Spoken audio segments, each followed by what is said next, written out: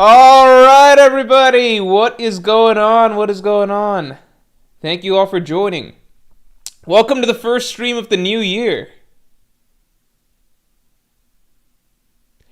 Everybody also, I want to hear some big shout before we get any further. So I see TomTom in chat.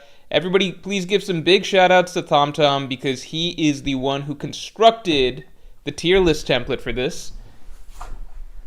And he did more than that. He actually created a little guide, a very handy guide, actually. Here, let me show you all. He created a very useful guide so that we would be able to remember what every chapter includes, which is honestly amazing. This helps so much. This is a real game changer for this year. So everybody say some shouts to say thanks to TomTom because that's really, really, really helpful, man. Thank you so much. Yeah, I am early.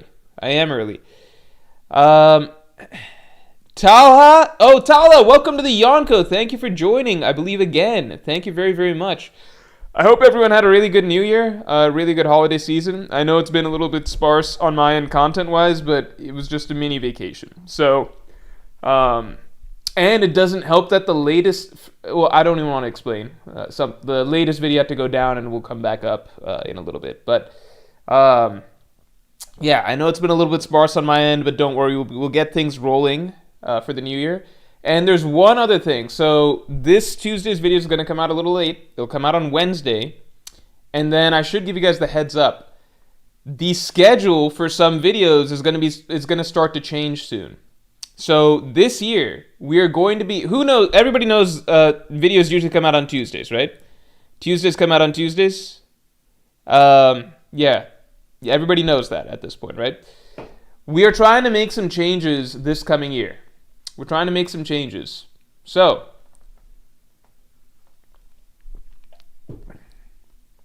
what we're going to be trying to do, still doing chapter reviews, same as usual, but the videos that normally come out on Tuesdays, we're going to be trying to get them out on Saturdays now. On Saturdays.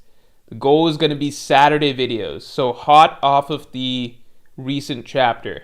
That's going to be the new goal. So we're going to try to do that. There's a lot of reasons for that. One is to open up some of my own time for certain other things. But also, we got a new editor and everything as well for that. But the biggest, it's a few factors. And also it just allows... I think there's a speed of turnaround for right now when our videos drop, it's pretty much the lowest point in the week in terms of One Piece excitement, right? Because what happens is basically Thursday, everybody's really excited because, so Friday usually chapter drops on TCB, so everyone's excited about that. And then Saturday, Sunday, a lot of discussion about the chapter. Sunday, the Viz comes out. And then by Monday, it's kind of trickled. Tuesday, people are already kind of looking ahead to spoilers for the next week's chapter, and that's when we drop our video. So just for speed, we're going to try and do it Saturday, which means that basically now, Thursday, Friday through Saturday is going to be an insane work period for me. But it opens up other parts of my week for other things. So it's a little bit complicated. Meek, thanks for the 5. Happy New Year's. Any resolutions? A lot of resolutions. One of them is to finish the WANA analysis. Haha. But a lot of resolutions, not that I want to share here, I guess I would say. But I guess I would say big things. 100 late points for no streams. I'm sorry. We will be back on the usual stream schedules from here on. So don't even worry about that.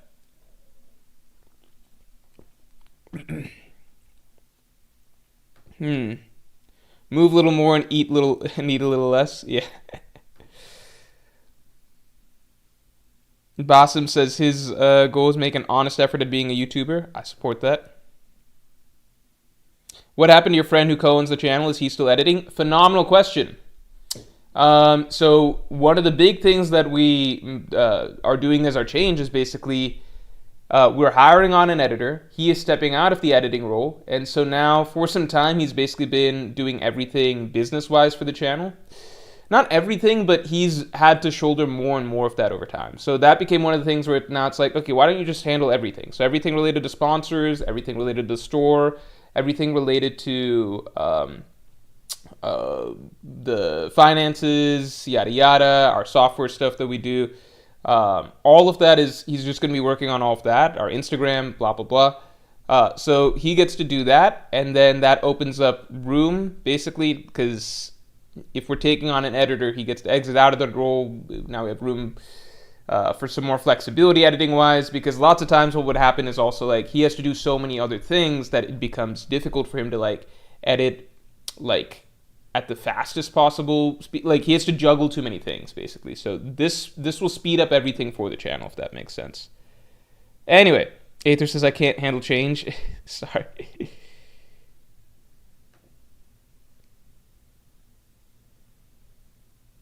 Newx7 says, hi, Morge. Hope you all had a happy holiday season. My dad got me a PS5 for Christmas, so I'm playing Metal Gear and Resident Evil in anticipation for Resident Evil 9 in February. I don't know about the Resident Evil games, but I'm going to be playing a lot of games going forward. I think Black Myth Wukong is going to be the first one I play, just to ease into playing games again, and then I want to do Elden Ring. So pretty soon I'll be playing Elden Ring. So I'm excited for that. I'll update you guys as I go. I've heard that Elden Ring playtime can be... How many hours Elden Ring?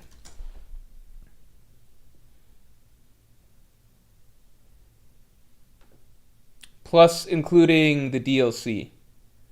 How long is Elden Ring?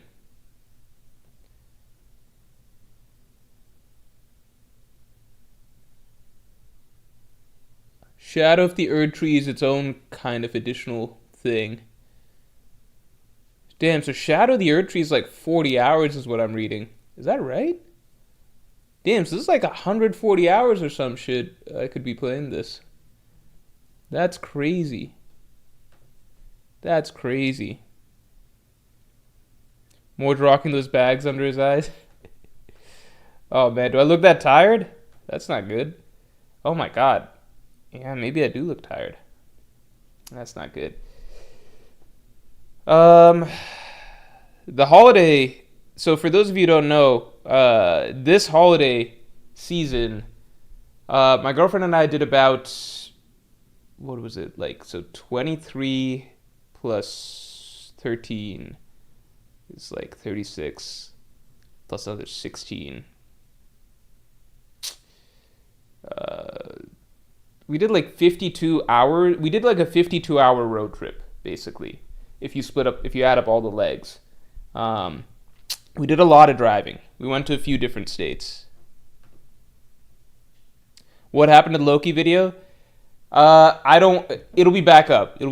I'll explain later what happened, but I don't want to explain here. Just because I'll explain it some other time, but the video had to go down temporarily. Morge, what happened to your video on Bonnie's character arc that you made after 11/18? Video on Bonnie's character arc that I made after 11/18. Oh, that video did so bad. This is so rare. I think I know what you're talking about. That video did so bad that we actually had to take it down. It did so bad that we took it down. This is very rare. Very, very rare that a video will underperform to a degree that it's like...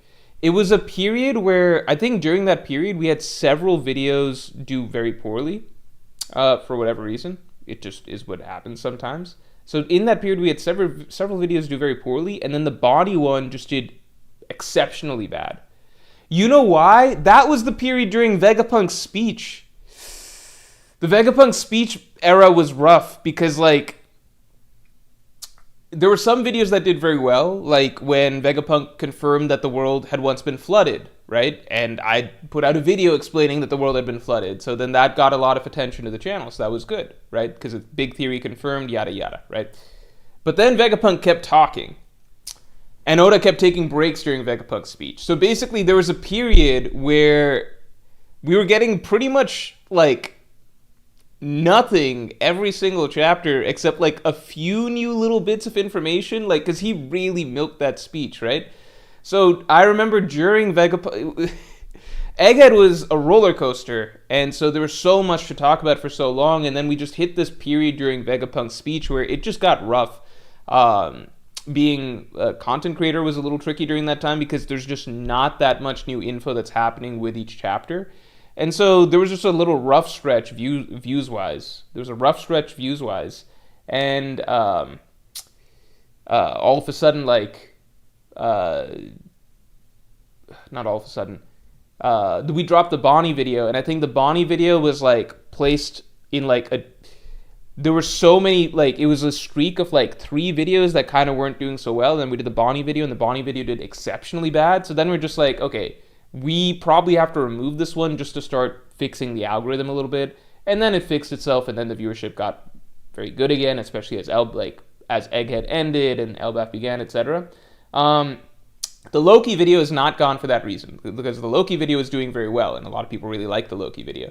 The Bonnie video, I think in the channel's history, there have been like 2 videos that I've ever taken down for like, this has done so badly that it might actually be bad for the algorithm. It's very, very rare. But the Bonnie video, just the timing of it was just like, okay, nobody wants to watch a video about this character, we'll take this one down. So I'm sorry about that. The Loki video is the opposite. It was doing very well, and then it had to be taken down for a reason. I don't want to say the reason here because I don't want to jinx it, but I'll tell you guys once it's resolved. But the Loki video should be back up in 2 weeks, basically.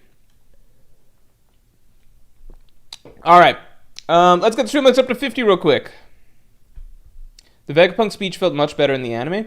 I maintain it wasn't even bad in the manga. I think it was good in the manga. It's just the weekly experience of it is kind of rough. I think I defended the speech all throughout the speech, because I think if you get to binge the whole speech at once, I think it's pretty good.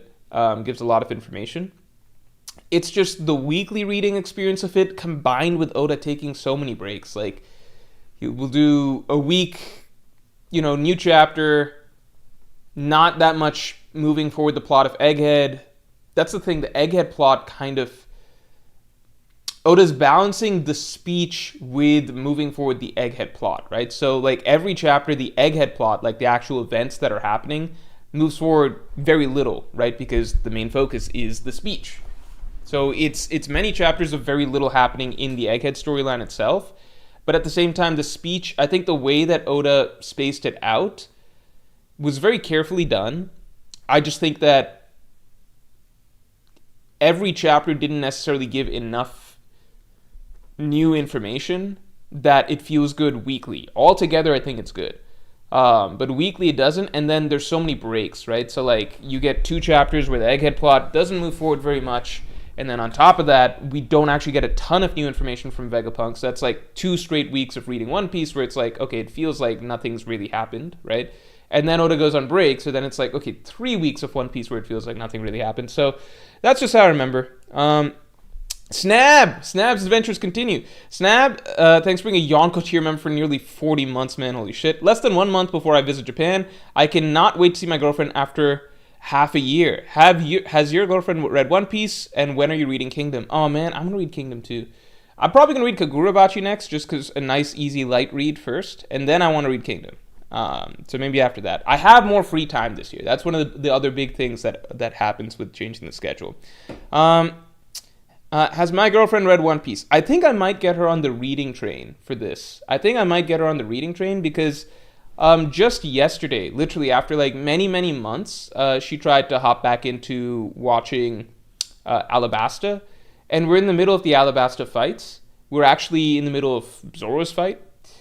And it's so complicated because it's like, it feels so dated. It feels so old. Zoro's fight that's happening right now is the first one that I feel like, okay, it's moving kind of smooth. Like the choreography, everything, it still feels old, but it feels fluid in comparison to the things that we're getting before. And some things in the Alabasta fight like just feel like so ridiculous now. Like I was watching the Sanji and Mr. 2 fight, and some of it just feels really absurd while it's happening. And I'm like, man, I can't believe, like how would I feel if I was trying One Piece for the first time when I was watching this? I don't know. I feel like she likes the vibe of the series, she likes the characters, and I feel like she wants to get further into the story. But at the same time, I can tell that, like her recent her last 3 recent anime that she watched were in order, right? So first she watched Jujutsu Kaisen, okay, Demon Slayer, and then recently we just watched the Chainsaw Man movie. So the quality of like just pacing, production value, animation, all of that, the smoothness of it, it's night and day from like 2002 One Piece or whatever the fuck Alabasta would have been, right? So like the story is good. I could tell that she likes the story, but at the same time everything's so slow. Like there's this civil war going on in Alabasta, but every episode there's like 5-6 minutes of just like shots of like basically PNG soldiers fighting each other, still frames or whatever. Some people yelling, like random guards or soldiers yelling the same generic dialogue about like, oh, this is not getting good, or this is not good, this is getting worse, stuff like that. Like it feels so slow. And there's so many random flashbacks to things that are just like at times basically melodramatic. And I think there's more filler added of Vivi just being upset about things. Like I swear as Vivi makes her way to the palace, I swear we cut like 5-6 times to her for like several 2-minute scenes that are all basically the same thing, which is her being like, I can't believe the country is falling apart. I'm so sad. I have to stop this. That's effective like once or twice, but like it's over and over and over. It's a different.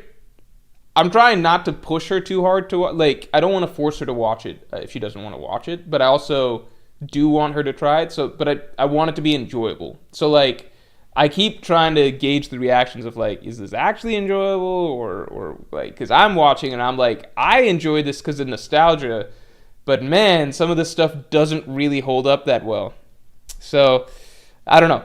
Let's get the Streamlabs up to 50 real quick. Let's get the Streamlabs up to 50. Okay. Bossum, thanks for the 5. Do you think Luffy can brand people to share his abilities like Emu? It could also free his God's Knights too.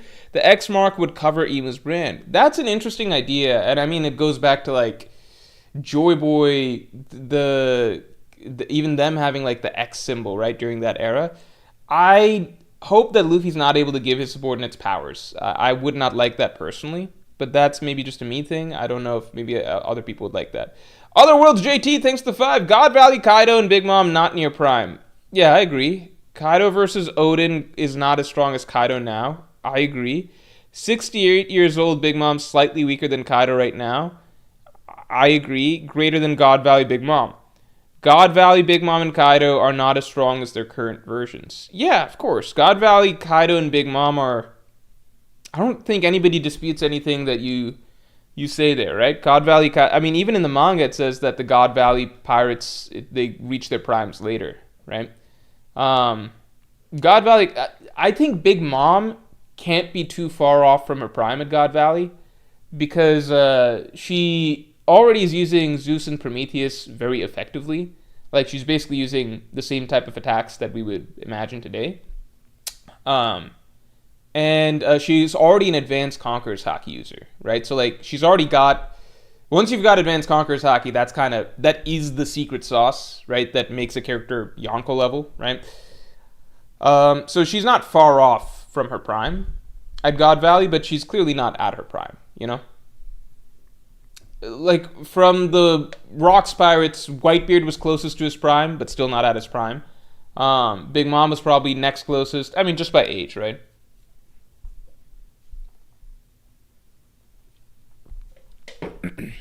All right. Continuing on.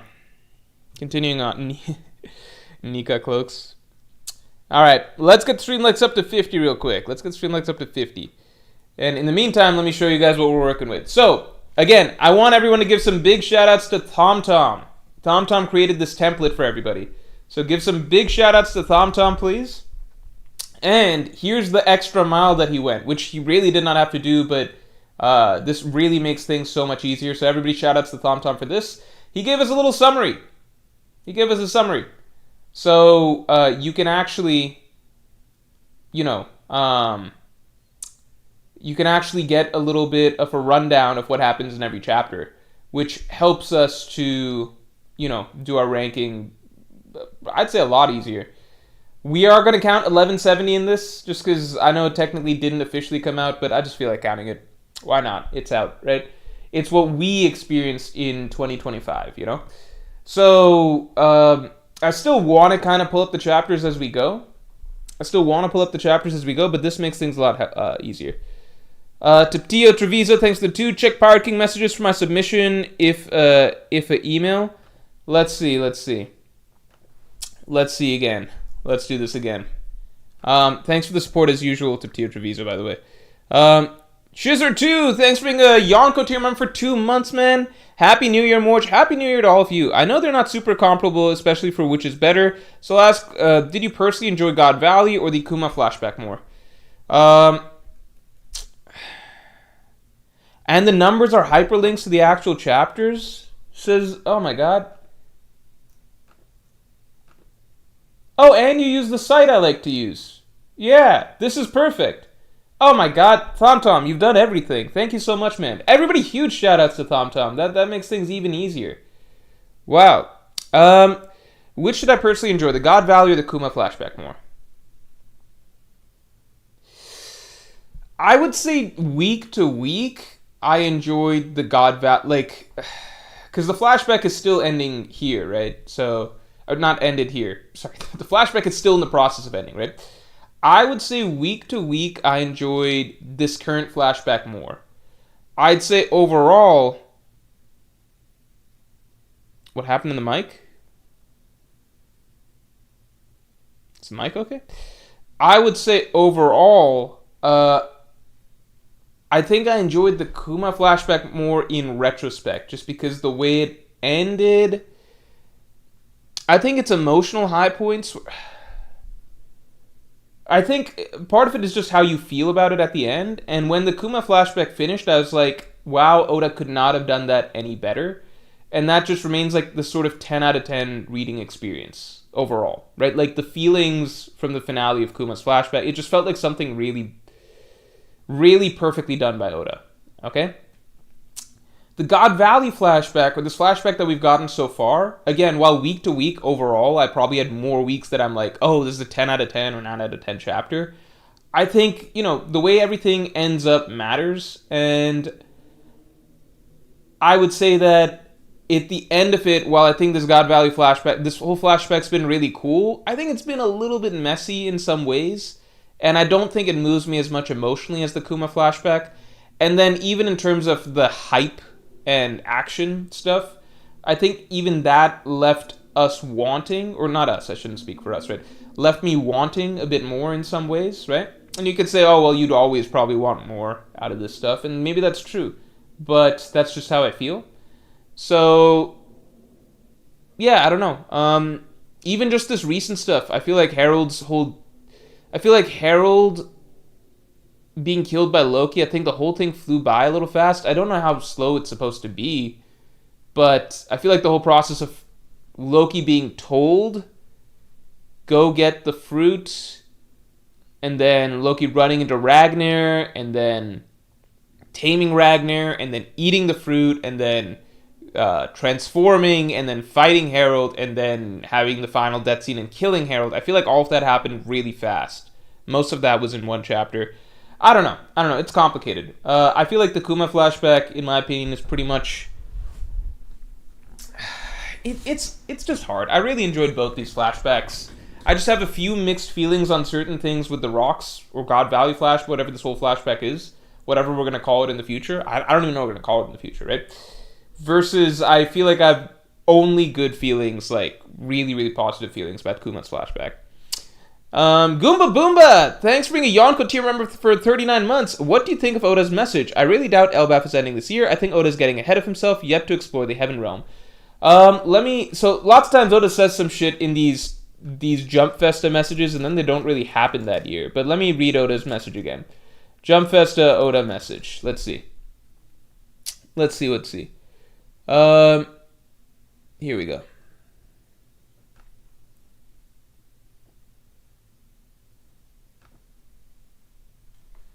All right.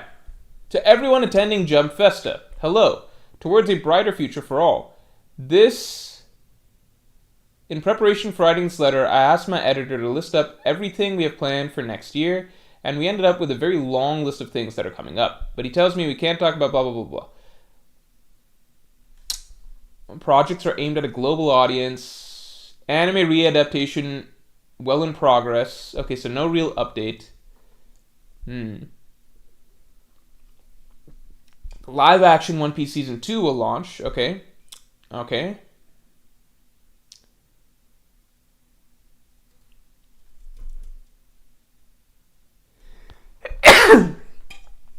Filming has already begun on Season 3. Alright, good stuff.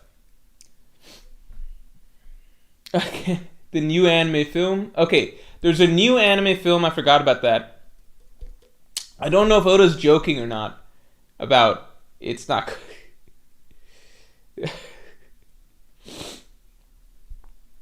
It's about something I'm sure all of you will be very interested in. So I wonder if that means that Oda had input.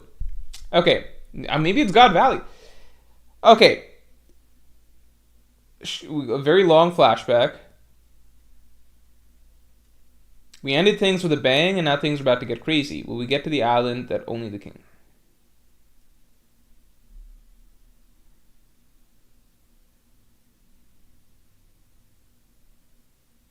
I think we can end Elbaf in this year, because I think that Elbaf is... I think we're... Okay, so if you look at Elbaf right now, right? It's not... It could end in 30 chapters. It could end in 30 chapters, legitimately. Also, we will start our ranking once we reach 50 likes. Okay? I think, one, I've said this before, Oda does like to aim for certain milestones that are either 50, 100, or 100, if possible, right? If you look through the New World, that's where he likes to try and close out arcs, right? If you look at the New World, 600 to 650 is Fishman Island, 650 to 700 is Punk Hazard, 700 to 800 is Dressrosa, 800 to 900 is Zou plus Whole Cake Island. Like, all of these things are starting just about pretty much exactly at the 50 mark or 100 mark increment, right? Like, it'll be a couple chapters here or there, but, you know, by the time chapter 801 has come around, we're basically at Zou, right? By the time 902 is done, we're, like, leaving Whole Cake Island officially. You know, so by the time chapter 1000 has come around, we're... Not 1000, sorry. Because we hit the start of Wano and everything. 1050, right? We're basically wrapping up Wano. So Oda's pretty tight with these things, to the best of his ability. I think that 1200 will basically be covering, like, the next 150 chapter group, which is Egghead and Elbaf, Oda wanted to cover in about 150 chapters. So that means I think chapter 1200-ish, maybe give or take a few chapters. I think 1200-ish we're leaving Elbaf. Because if you look at it, right, 30 doesn't sound like a lot, but 30 is actually more than the number of chapters that we had before the flashback, right? So 30 is more than half the arc. And I don't think this is an arc where everybody's getting a one-on-one fight. There's not even enough opponents for that. And there's not a lot of side character significance in this arc, right? Like, this isn't a storyline where we have some side characters, right? But they're treated like genuinely...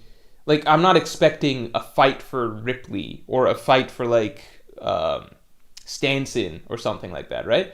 Elbaf so far feels very tight in that it's Straw Hat focused. The side characters that have mattered are, like, Loki, obviously, right? So one significant side character.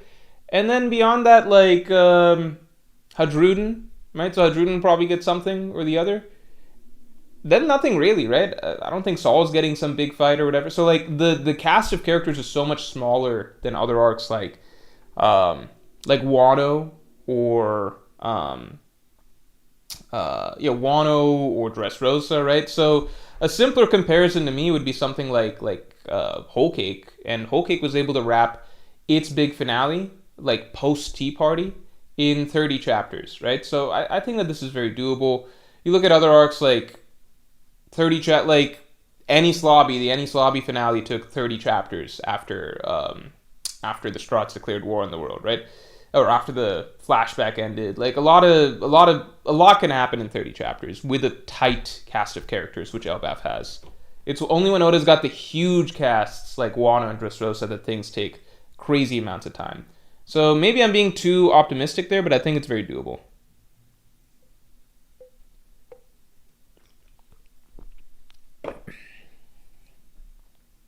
New X7, thanks a lot. You said Loki's fruit might be Fenrir. It's likely Nidhogg, a dragon in the underworld at the roots of the giant tree.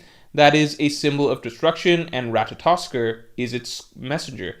Interesting. Okay. My only thing I'm really curious about is like, why is it that only like the Norse mythology thing is a big surprise to me, because these are like, it opens the gate. Like, why is it that Norse mythology is a thing in One Piece? What does that mean? That like there's also Greek mythology and like Greek mythical Zoans and stuff like that, or like Egyptian mythical Zoans? That's what's confusing to me, because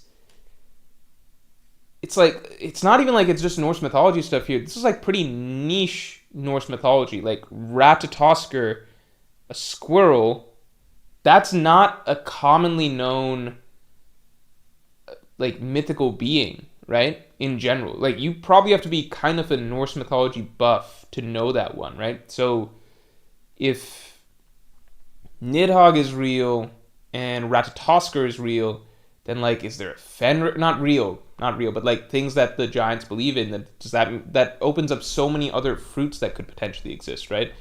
I guess the mythology thing is just kind of random to me, because like we have mythical Zoans that are, before it kind of made sense. We had mythical Zoans based on like commonly held mythical creatures, right? Like a phoenix, like a dragon, right?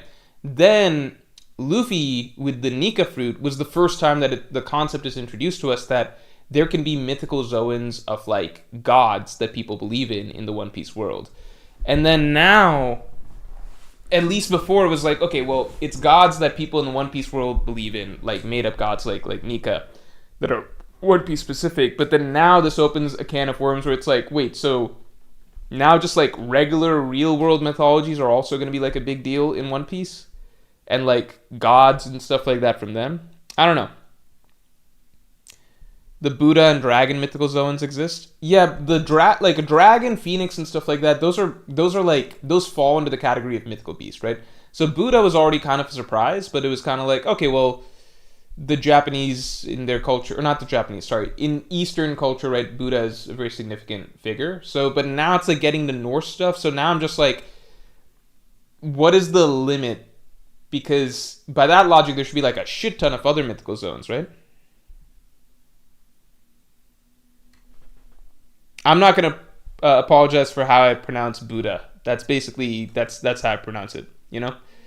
Yeah, it's Japan's second biggest religion. We have a move called Thor, fruits like Buddha, Azure Dragon, etc. Yeah, but the moves being named at like that could just be Oda references, right? Once it's actually established in story that characters believe in these mythologies, that's a little bit different, you know? Because it's like, okay, Ashura is a thing, but then does that mean that like Hindu mythology is a thing in One Piece? Julian Criswell thanks the two. Is it that weird Chaka and Pel have Egyptian gods? Yeah, but again, that's more of a meta thing, right? It wasn't really established, as far as I know, in Alabasta that they believed in like Anubis or something like that, right? Or Ra or whatever, right? That feels more like Oda's creating a mythical nation, Alabasta, and he is drawing inspiration from Egyptian culture, Egyptian mythology to some degree, and so therefore he's designing two characters that are based off of like a jackal and a falcon, right? So that seems like that's Oda using his inspiration to add that into to come up with something mythical in the One Piece world, right? Or to come up with a fantasy world. That feels very different than, I'm pronouncing Buddha correctly? Okay.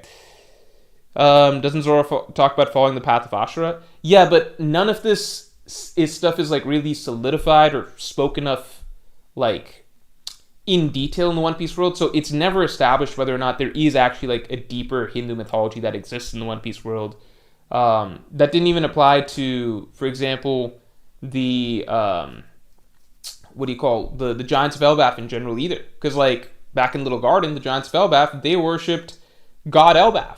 Like no mention of traditional Norse gods or anything. So it begs the question, like, what mythologies do people actually established believe in the One Piece world? And does that mean that there's like a treasure trove of mythical, like broken godlike mythical zoans all across the world that we just have not tapped into at all? Because again, like, if people do, but like, you can view the Ashura stuff as Oda just adding his own references into the story, or you can view it as like in canon there is like a heavy belief in the One Piece world in the god Ashura, right? And probably Indra and Vishnu and Shiva and stuff like that, right? And then you just go down this path and it's like, holy shit, we've only been seeing the shitty mythical zones so far. Where are all of the godlike mythical zones? So where's Typhon? Where's all that stuff, right? So I guess I don't like that. I would rather would have stuck with like, if he's going to start introducing god mythical zones, then keep it to made up One Piece gods. Because to me, it'll just feel weird that if we only have like, the only god fruits we have are like Luffy's Nika fruit, and then like, which is a made up One Piece thing, and then like one specific Norse god, like Norse mythical zoan, which is like Nidhogg. I don't know. Yeah, Christianity exists in One Piece as seen with Kuma and the people from Bonnie's village. That's another question, which is like, why is there not a Jesus devil fruit? Which would then probably be like, considering a lot of people in One Piece, there's like a lot of Christian like crosses and stuff throughout One Piece that you see. Would the Jesus fruit be like more powerful than the Nika fruit? Probably. Der Boppler, thanks for being a Yonko to remember for 12 months. The God Valley trio defeating Emu should include Loki, since he is the true successor of Rocks, and also of Harold, who should have gone to God Valley too. I agree. I think that would be great. Julian Criswell, thanks for the 2. What abilities would the Jesus no Mi give? Well, they'd be able to walk on water. That's for sure. Cross the ocean easily. Get to the One Piece.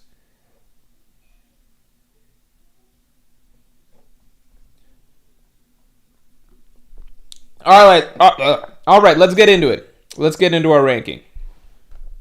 All right, here we go.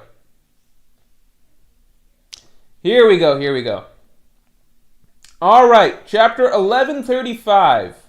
1135, quick summary. Strawds visit the library and meet Colin to discover the children aren't warriors. This summary makes this chapter sound like ass. And I do remember this is during the slow period of Elbaf. Right, so this chapter... yeah, you know what? This chapter, like the previous chapter was cool because the Gods Knights showed up. This chapter doesn't really show much other than the Gods Knights, flexing or whatever. So this chapter we're going to go ahead and put right in C. Right? C, maybe it should be D. This might be as bad as it gets. It's not a bad chapter. I guess a D would be like something truly bad would have to happen, like Saul is shown to be alive. That already happened last year. So it's just a nothing chapter. Like, it's not something happens every chapter, but you know what I mean. All right. Continuing on. Here we get some lore on the Sun God. More lore on Loki. It's a setup chapter. We get more characterization for Loki. I feel like this could be a B. It's not a great chapter. I think it's a chapter I would give... Oh, whoops. Moved one too fast. I think I would give it like... Yeah, we'll keep it in B. Introducing Shamrock. Oh, yeah, the Romance Dawn trio. Go over there. Shamrock reveal. Gunko title reveal. Loki refuses to join God's Knights.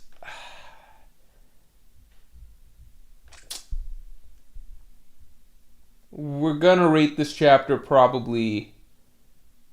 I feel like this is gonna be. What do we think? What do we think?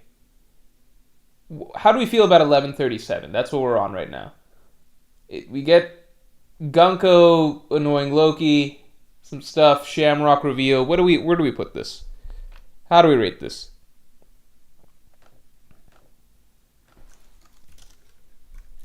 It's not an A, right? So it's either B, C, or I guess we could say D.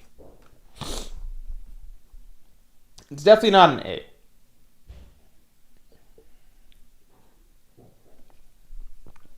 I think Shamrock's reveal is cool, but it doesn't make it an A chapter. I think it's a B. Okay, people want it in B. People want A? Shamrock reveal was huge? No, because we'd already seen his face in the... we'd already seen his face before. Like, it was established that there is another God's Knight. Remember when the God's Knights arrived in Elbaf, we already saw his hooded face, so it's pretty much confirmed right there. Alright, I can do it again. This was just us getting his name, you know? So I guess I just don't view this as big of a deal.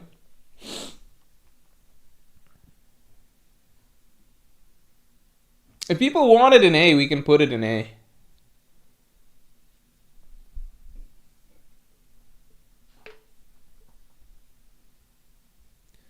Shamrock is too big of a deal for it to not at least be B. Yeah, we can put it in A. I can see it. I worry that I feel like there's a lot of actual A chapters in my opinion. I don't know. Yeah, but the aura in the introduction panel is just crazy. So I guess this is where we differ. I didn't feel that much aura from Shamrock's introduction panel. I think he's a character who is meant to have a lot of aura in the long run, but I think there was something... I don't know. Something about the design that I was just like... Not even the design. I mean, the design's going to be what it is. I think it was the reveal was fairly straightforward. It's just showing Shamrock. I guess I just didn't feel that much impact from... Like, we already knew that we're going to get a reveal of this guy, right? So, I don't know.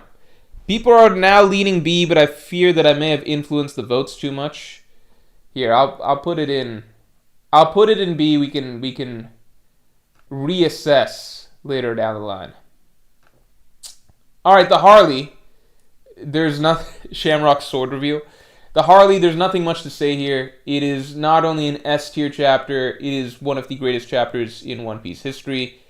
It's probably what people nowadays would just point to if you want to explain to people that One Piece is great world building. You know, it's summed up in a single moment, in a single panel. Loki deserved Shamrock's voice actor.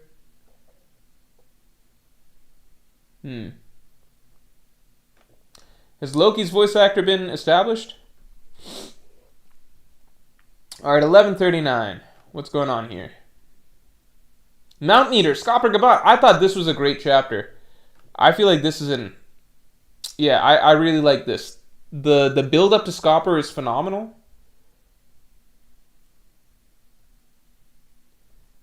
Yeah, I think this is a great chapter. Like, this is cool. Like, Shamrock, we already knew that this was coming. This was, like, heavily speculated. People were going back and forth on who is this guy. This, I feel like, is at least an A-tier chapter, if not S.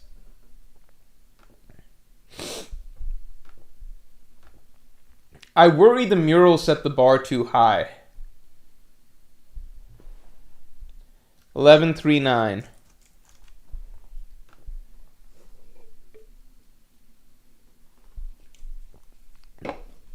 Not everything is going to be mural tier. So, like, I don't know. Yeah, people are leaning A. I feel like this is a strong A, in my opinion. Alright, 1139A. But what I feel like we're heading towards is people want every chapter to be mural level, to be S. So we might have to make an SS. Scopper Gaban, I like this chapter. Scopper versus Luffy Zoro. I like that chapter quite a bit. Oh, and then New God's Knight's introduction. Yeah, this is an easy A. This chapter is an easy A, if not an S, right? Is it S?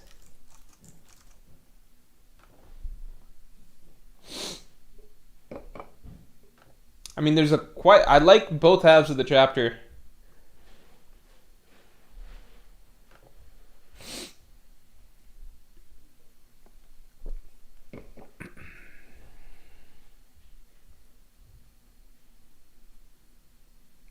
All right, all right. We'll keep it an A. I feel like we might be.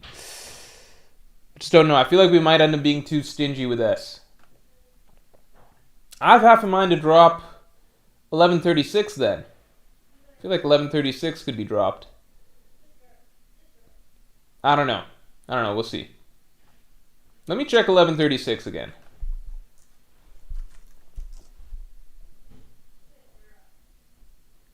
We get Nika explanations, right? Nika explanations, Loki explanations, Loki characterization. Here, what do we think about 1136? We're going back in time a little bit. 1136, B or C?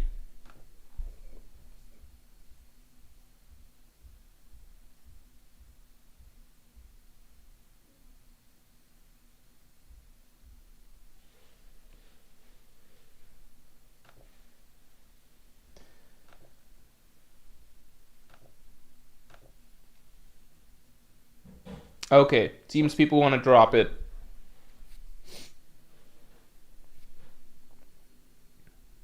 Yeah, we can. It's tight.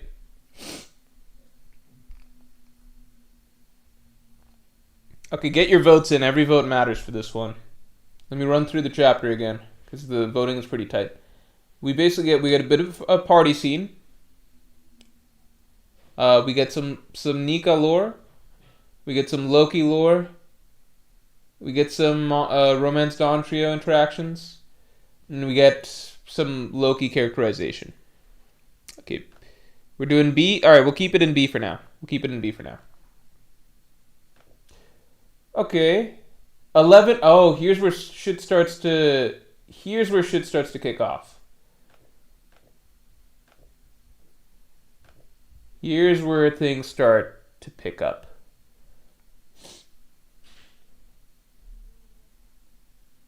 Some comedy. What happens here? Luffy partially frees Loki. Oh, this chapter. Zoro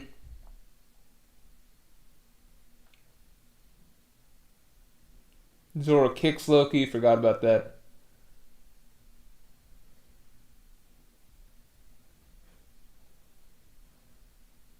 So Loki's freed.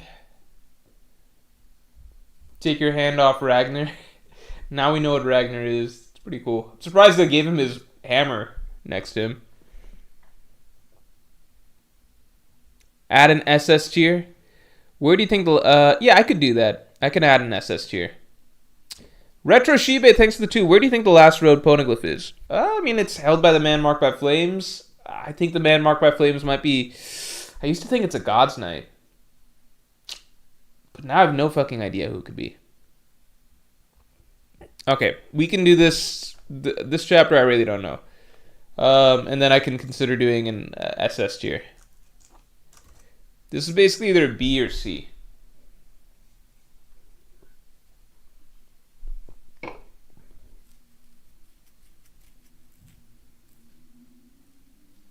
I don't think it's a D. Yeah, B? B seems right. We can do B. We can do B. Alright, should there be an SS tier? Let me ask you guys.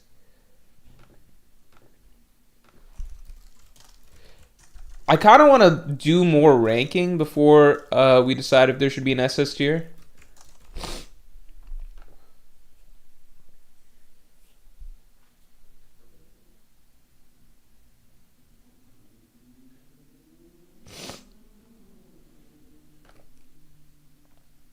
Okay, this is kind of split. If it's close, I think what I'm going to do is just... I'm going to let us get through some more ranking before we decide on an SS tier. What I'm afraid of... Yeah, I think we will probably end up with an SS tier, but let me get through a little bit more first. To feel... Before... I don't want to add tiers until I start feeling like it's really necessary. Yeah, only for mural. Yeah, I don't want to do a tier that's just for the mural. Or maybe that makes sense. Maybe that would make sense. Okay, what I'm afraid of... Oh, this was a really good chapter. I feel like this was an S tier chapter to me. This really changed the trajectory of the arc. This is where all the monsters started going off, right? And we started seeing, oh shit, Elbaf's in trouble. The kids are being kidnapped. Monsters everywhere. And this was a moment where it seemed like Loki actually was potentially still a bad guy. So it seemed like Loki would... Oh yeah, Loki really started fucking shit up. Yeah. So Loki started going on a rampage is what it seemed like. That was a bait and switch. And then I like Gunko's final line, and this is a great spread. I'm putting this in S tier. This is an S tier chapter. This chapter really kicked things off for Elbaf. Great chapter. Julian Criswell, thanks to 5. The Hammer is probably left with Loki because it's the strongest personnel map. It's the strongest personnel map not named Loki. Haha, Ragnar probably chooses to sit with him. Yeah, that's true. Why doesn't Ragnar free him? That's true. That's a good point. That was at least an 8. Yeah, that was... I think that's a clear S chapter. Alright. This chapter... Yeah, more chaos going on. I like this. I like this. They get fucked up. I like the characterization of the Gods Knights. This is an A chapter, I think. Or a B. No, I feel like I was a little bit... No, this is a B. I think I was a little bit underwhelmed because Oda did a little bait and switch with Loki. He tried to... I feel like he cheated a little bit here because he tried to do a dramatic rising of stakes with 1142, right? With 1142, he tried to do both things at the same time, right? Shit hits the fan, which is like killing him, doing off the nightmare creatures, the children being kidnapped by Gunko's powers, and then Loki below starting to like assault all of Elbaf with Ragnar. So it creates like a very... oh, wait, hold on. Sorry, man. I'm sorry. So I think at that point in time, yeah, just everything was starting to happen all at once, right? And then this next chapter, I think Oda revealed that he was lying a little bit, which is that one of those big threats, really maybe the most hyped threat, which was Loki, is not actually happening, and it's just the Gods Knights. So I actually feel like this chapter, I feel like Oda shouldn't have done that. You know, like, I think he wanted the quick sort of like, oh shit, suspense moment for the reader, but then he diffused it a little bit. I think he should have done the fake out with Loki first, and then we're like, oh, okay, so this seemed like it was going to be a big deal, but it's actually not a big deal. And then have the Gods Knights start doing their shit, and then it's like, oh shit, we are actually in trouble, personally. So I would give this chapter either a B or a C. I think coming off the back of that other chapter, I'd actually give this a C.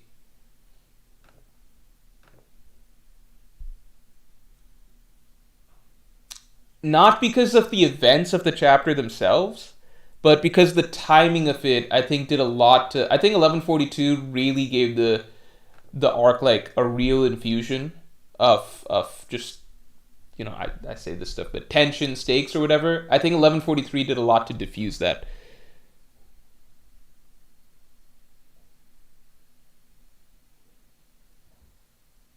Tom says, I was literally just adding a comment, don't worry. Yeah. Alright. Again, I still think Oda handled this section of the arc very well. I'm just saying I think that chapter was maybe the one moment I felt a little soured on the way things were going. The Ancient Lab reveal, I think that's really cool. It's a great start to the chapter. Then we're seeing Elbaf be basically run over by this stuff. I love the Straw Hats interactions in this chapter, I remember. I actually really liked how they were talking.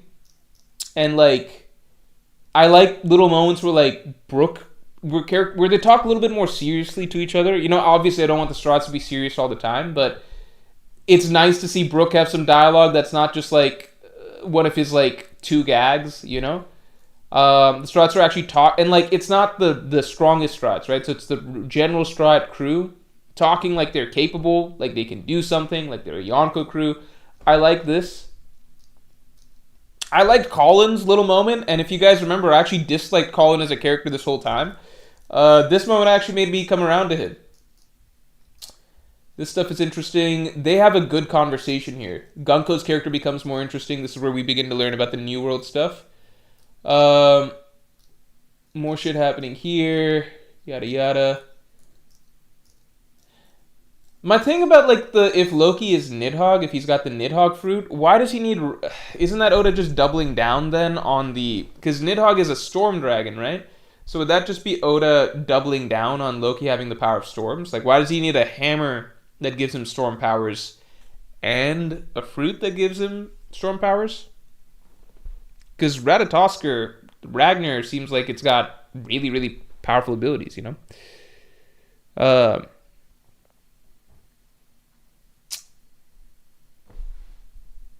1 second. Isis, thanks for being a Yonko tier member for 27 months, man. Had a really good week work-wise. Sharing the love. Thank you, man. Appreciate it. Glad you had a good week. Good start to the year. Let's get the stream likes up to 100 real quick. Yeah, I feel like this chapter, I'm liking this chapter so far. Elbap's getting fucked up. Even Dory and Brogy are getting fucked up. I think this is a solid B or A. I think it's a solid B or A.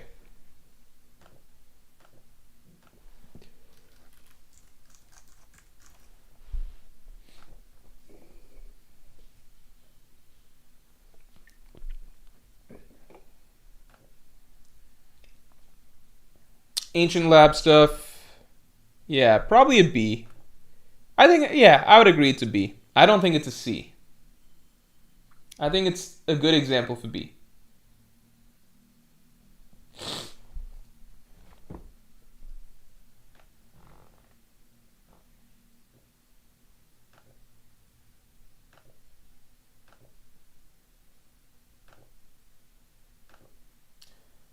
$11:45. Oh, we're getting towards some of the juicy stuff.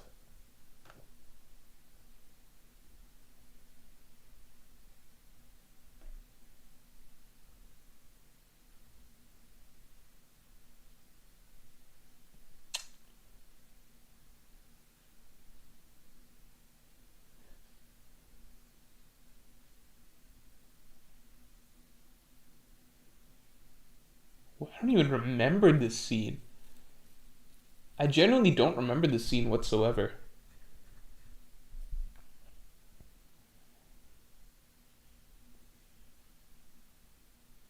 Oh, I forgot. This actually has some important lore.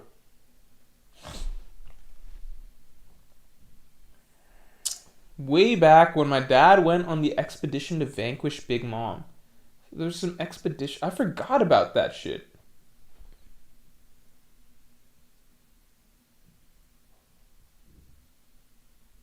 Holy Knights. That's right, they showed up here. Okay, yeah. Okay. Yeah, I wonder if that'll ever be important. Okay, so pretty straightforward stuff, just Luffy and Loki. This seems like on its way to a B or C chapter. Just dealing with the same problem, basically, continuing to establish the problem. Okay, yeah, this is like a B or C chapter. This might be a C chapter. These are chapters that are obviously important in the long run, but, like, let's see what Tom Tom wrote for this.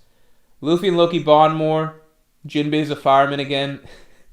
Gunko confronts Colin, Nami, Usopp, Brook, and Jinbei. I feel like this falls into the... I feel like this might be a C chapter.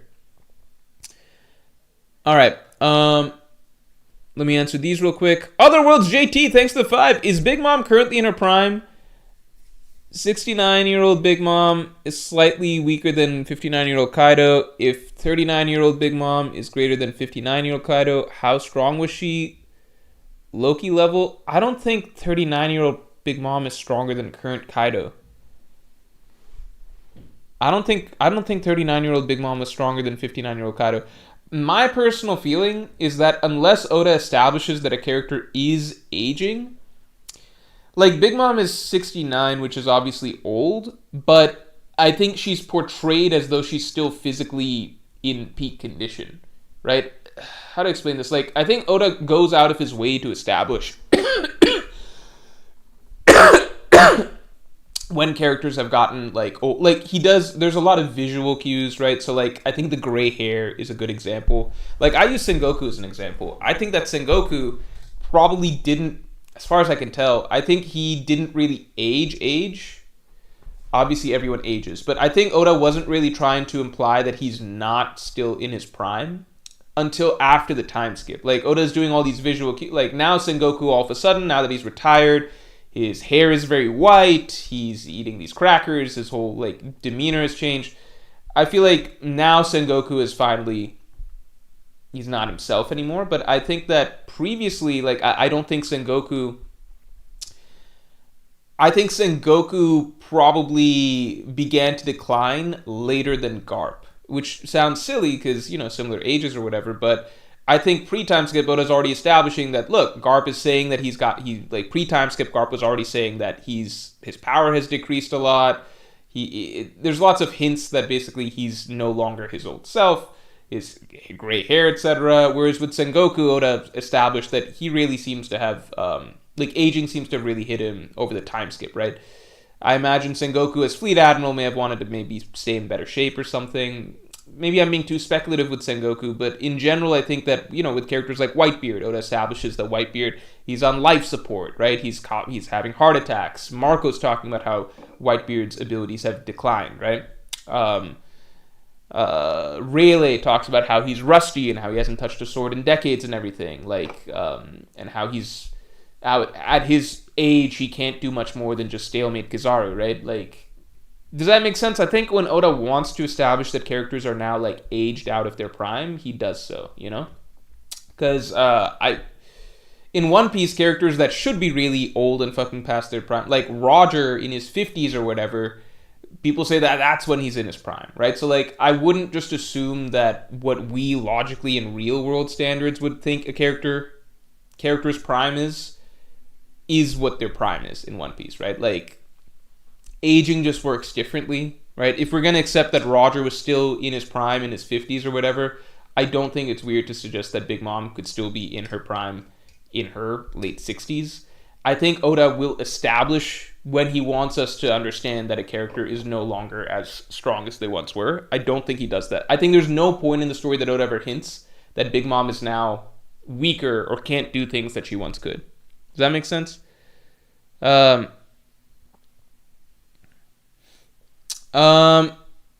Isis, thanks for the 5. Yo, Morge, if protein shakes were like yogurt drink consistency, would you like them more? There's protein drinks that, like, I actually, liked a good deal in the past. Funnily enough, like, I had, let's see. I would have Muscle Milk. I switched to, like, Ensure, which is for old people, but I found actually tastes good. And then I switched to one where you just, like, you do the scoops, you pour in the scoops, and then you stir, and then you have it.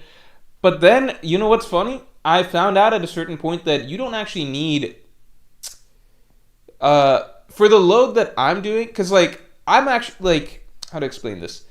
I'm not looking to I hit what the body type that I was comfortable with years ago. And since then, I haven't really pushed myself to increase muscle mass or anything like that. I've been good with where I'm at, right? If I was more driven or something like that in that regard, then I'd probably push myself harder. But usually what my workout stuff looks like nowadays is basically I have certain numbers that I always want to hit. And, you know, I can be lax whether I'm going to the gym or not, but if I go back to the gym one day and I see I can't hit those numbers, then I'll be very consistent for like a few weeks. and then maybe I'll slack off for a bit, then I go back, and I'm like, okay, I've decreased or whatever, and then I push myself, I up the consistency a bit over time. Like, I kind of just have a general ballpark that I want to stay in, and sometimes it gets a little bit too far down from the ballpark, but, long story short, I realized that I realized that if I'm not trying to actively increase muscle mass, right, then I don't need the extra, 20, 30 grams of protein from a protein shake. As long as you have like a decent amount of protein in your diet, you're fine, So I don't have protein powder or protein drinks or anything like that these days. Tio Treviso, thanks to 2. If Loki's fruit was the world serpent, is that hype? That would be hype. I think that'd be really hype. That'd be really, really hype. I mean, that's the thing that Dorian Broggie even said that they feared. The great serpent. But the fruit didn't look like a serpent fruit to me.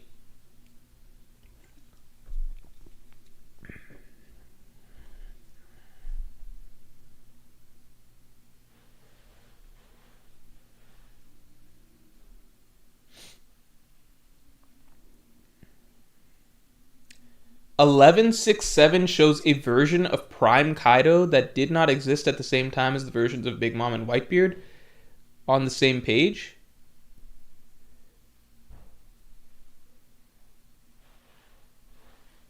I don't know what that means. I'll look at that once we get to 11.67. All right, continuing on. What are we doing for this one? What are we doing for this one?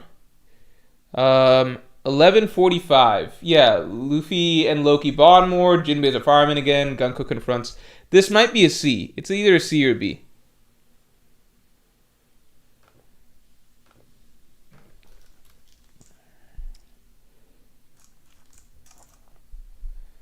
I feel like this... I don't know. I think this might be a C.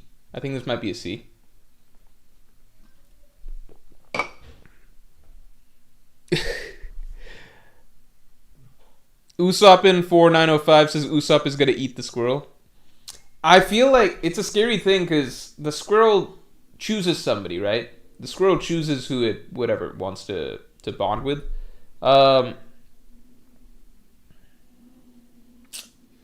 It's tricky because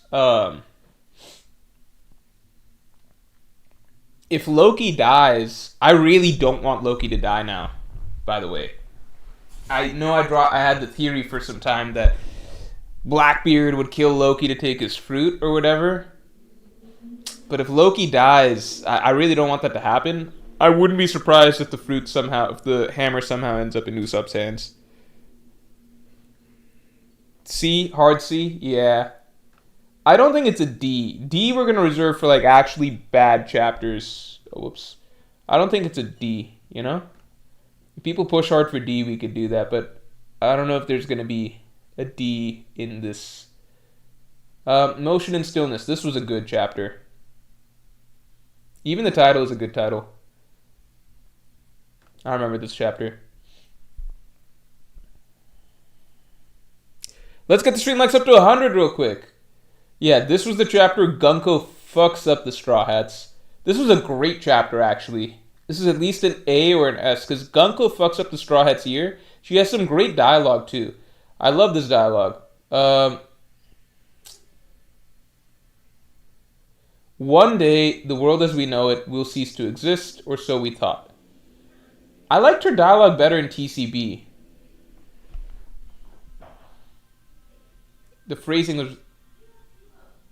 was better.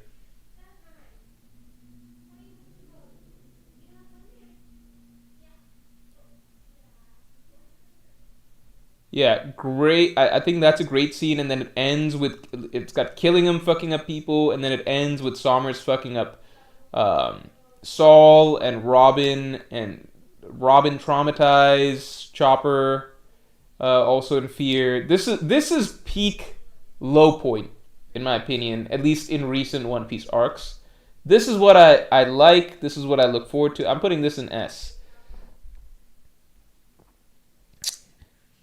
Glaive Glaive 5, thanks for the 3. Morch, how long do you think Elbaf has left? I think Oda's going to end it a little bit after 1200.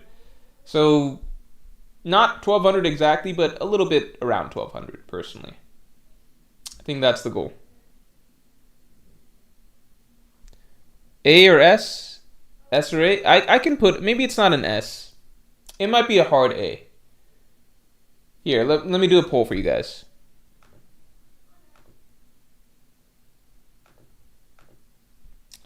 $11.46.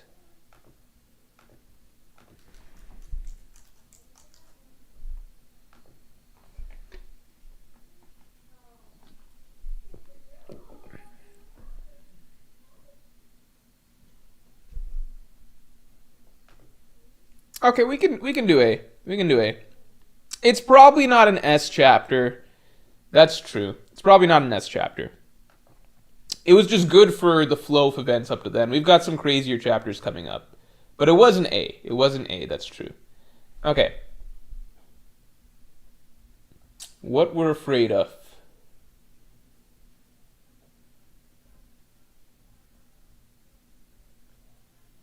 Just showing more of the situation, more of the trouble. This might be a C. This might be a C.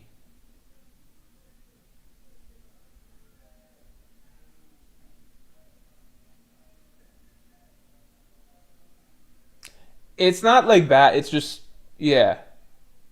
It might be a C. Let me throw it to you guys.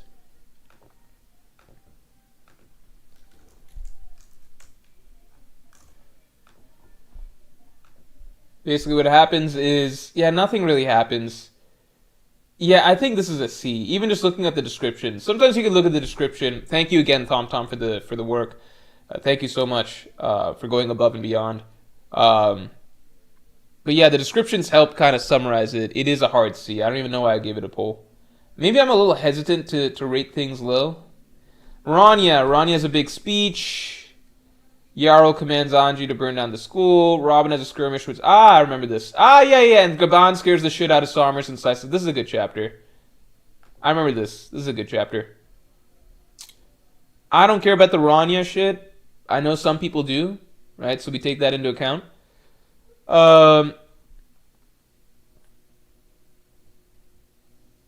Robin versus Somers, but it doesn't really, work.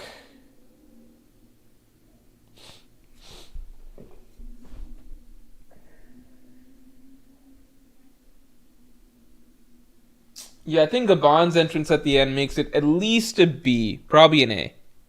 Either A or B. Maybe an A or B.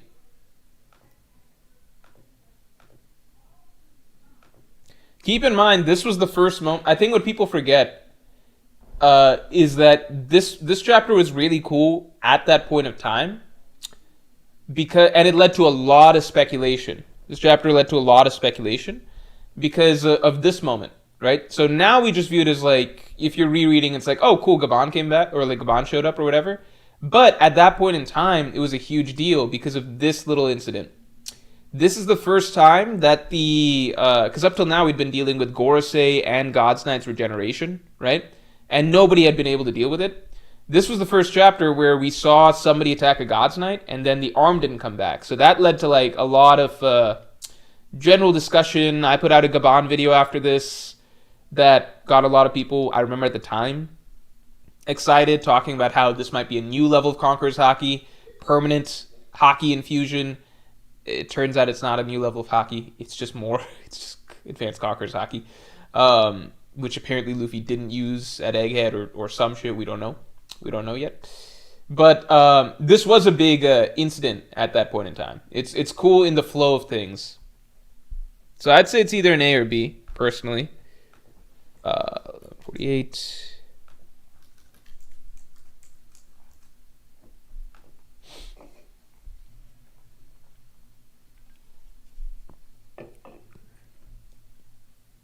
Also, let's get the stream likes up to 100 real quick. Justin, thanks for the 2. Still hope for a trading arc and Heaven World. I just don't know. Heaven Realm is a curious thing. I don't know why we haven't gone there yet. That is a really, really curious aspect of things. I just don't know if we have time for a training arc here. I might be greatly underestimating how long Elbaf is set to be, but I do feel like after this ends, that the climax is going to begin.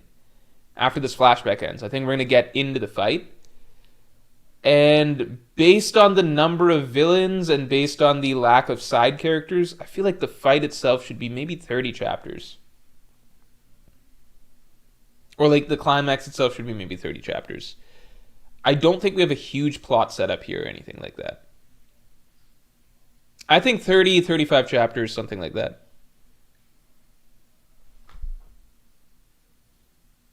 Okay. Looks like we're gonna go with A for this one. We're gonna go with A for this one. I think I probably did a lot of convincing for that. This one, Imu takes over Gunko. This is an S tier chapter, right? Everybody was freaking out after this. This is pretty straightforward. A lot of crazy shit happens right here. A lot of crazy shit, right? Gaban versus Sommers. Then Gaban taken out by Gunko. A lot of crazy stuff happening in this chapter. This is a great chapter. Gaban Future Sight. And then, yeah, this is an S tier chapter. Like, Imu just showing up at Elbaf. I remember everyone was freaking out. And then the Dami Reversi shit. Imu, like, the next chapter, no question. Everybody was losing their shit when the Dami Reversi chapter came out and Imu just started doing that shit. So many theories, so much discussion. I'm just going to go ahead and skip ahead to 1151.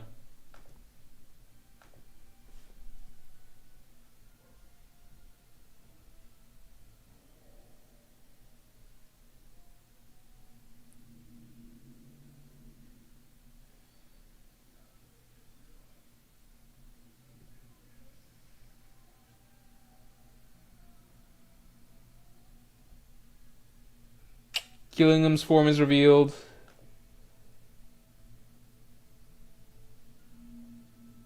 Chopper saves Gaban. Loki talks with Mosa. Yeah, this is kind of like a...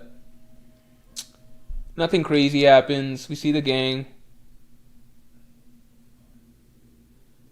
Everyone's hyped to get back into it. Dimian Wright! Thanks for being a Pirate King tier member for 28 months, man. 2025 was a great year for Sanji fans. Solidified the monster trio forever and started the plot point of whether Sanji is conquerors. Gaban is a great character. I agree. Great stuff. It's a really good year for Sanji fans, but what would be even better is if Sanji actually got the stuff that... Like, basically what this year does is set up Sanji's potential framing in the future, right? We get that Pirate King, the wings idea, that's something that's supposed to be very important for the story going forward, right? So it cements that for Sanji going forward. And we get the hints about Conqueror's Haki, right? So this sets up the potential of what Sanji's future outlook looks like, right? Now we need the year, ideally next year, where that potential comes to fruition. So that Sanji's not just, potential man or whatever.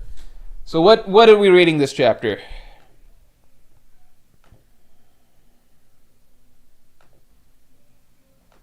What are we rating this chapter?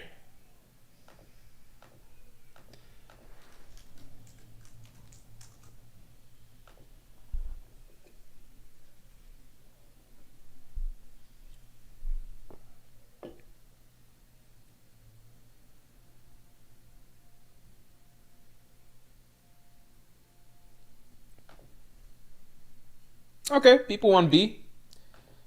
I could see it as a B. See it as a B, yeah. Okay. Continuing on.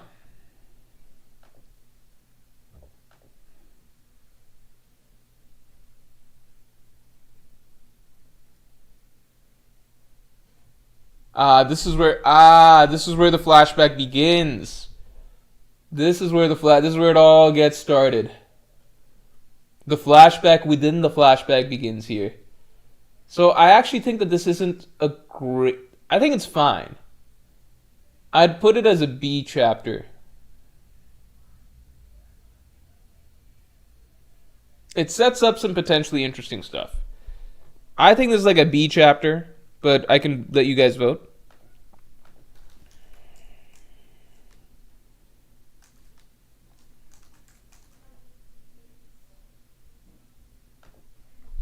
It's definitely not a C.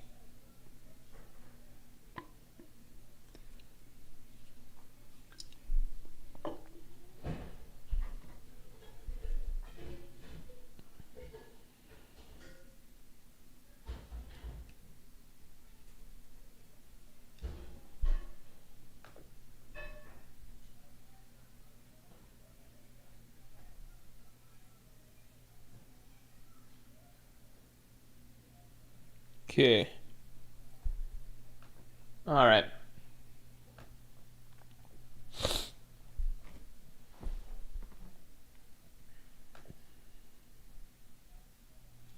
The Birth of Loki. I consider this a good chapter. I feel like this is an A. I like Harold's story. This is Harold at his most likable. Harold having his little storyline with Ida. Good stuff. Changing as a character. Good shit. Good stuff, Harold. We like it. And then this plotline comes up. And then, yeah, Loki's birth is a pretty crazy incident. Literally, I think this is a memorable chapter. I consider this an A, maybe a B. Meek, thanks for the 2. Save the A/S for the God Valley part, lol. We'll see if we need to create a new tier. This is either a B or an A again. It's either a B or an A.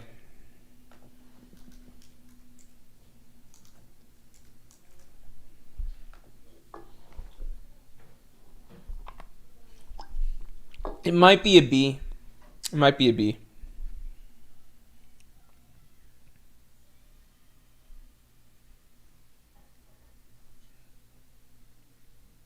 I don't think it's S. Do people think it's S? I can give it a vote. I can throw S in the rankings. Okay, clearly seems like people put it above B, right? So let's see if we like S.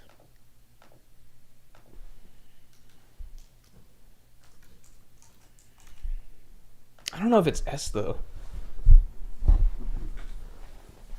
I think it does a lot of good storytelling in a short period of time. And yeah, Loki climbing the tree is pretty iconic.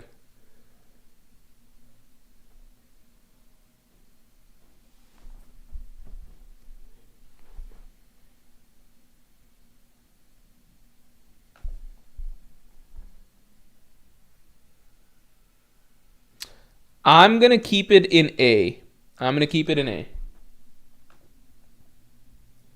A was edging it in the poll, and I think I'm just going to try and keep S a little tight. 1154. This is tricky because, yeah, it's a Rocks introduction chapter.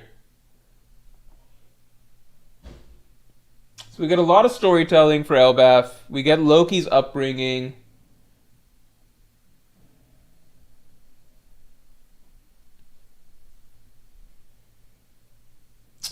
And then, of course, the main event. I think I want to put it in. I mean, it's Rox's introduction, right? It's Rox. The cool thing is that nobody expected Rox to be showing up here. None of us knew that this is going to be the Rox flashback. Like, what's happening right here, you know? So, it was supposed to be a Loki flashback. So, at first, us even realizing that, oh, we're getting a cameo felt like a big deal. And then it turned out it's not a cameo. It's going to be his full story. 1154. This is either an S or an A. I think for its time, it was an S. Like, when the chapter first came out, everyone was freaking out. You know, it's Rox. Although some people felt like Rox's design is not as cool as it should be. So, and like Rox's introduction opens with the narrator explaining stuff. Right? It's an S. Not crazy, right? Yeah. All right.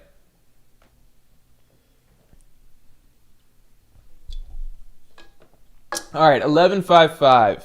1155. Oh, shoot, did I damage the... No, it's good. 1155. What's going on in 1155? The Rocks Pirates. Oh, this is Rox's little. This is a great chapter. This chapter was so fucking hype. This is an easy S. There's not much. We'll review it real quick, but this was the chapter that we got to know Rox, you know? Starts by beating up Loki. Then this scene, fucking amazing scene, followed by some of the most hype, like, narration stuff. Like, the Navy Admiral stuff already beforehand.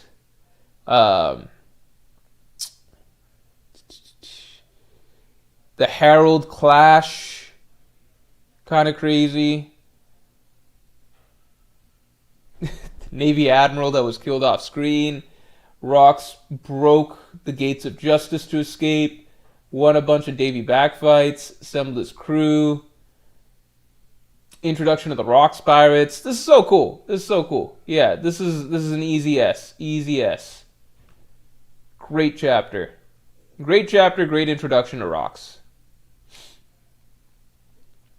Oh, this was the silly chapter. This was the chapter where everyone said Roger's aura was destroyed forever.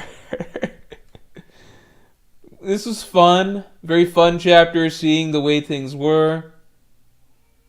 I think this was a period of time where I was just like, don't even show me Elbaf. Don't even cut away to that fucking island.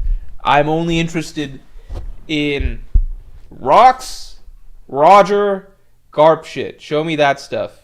I think that's where I was at this moment in time. So, Oda, it's tricky because, like, obviously Elbaf is supposed to be the centerpiece of all of this at the end of the day. But in the context of the flashback, it was just like, I don't give a fuck. Why am I looking at Hadrudin right now? Why is he in this panel? Show me the money. Where's the... Yeah. This scene was cool. Too bad that Silver Axe turned out to be a bum. I think he was defeated by, like, Marco's dad off... Or not off... Like, what? In the side of a... Like, in the background of a panel or some shit. I remember when people first saw that, people were like, wait, is that Marco himself? Because I looked like him to me, too. And it was like, god damn, Silver Axe is losing to, like... He must be losing to, like, a 1-year-old Marco right here. Or something like that. This scene is very good. This scene is very good. I like this scene a lot. I don't know if that makes it S tier or not. It's at least A.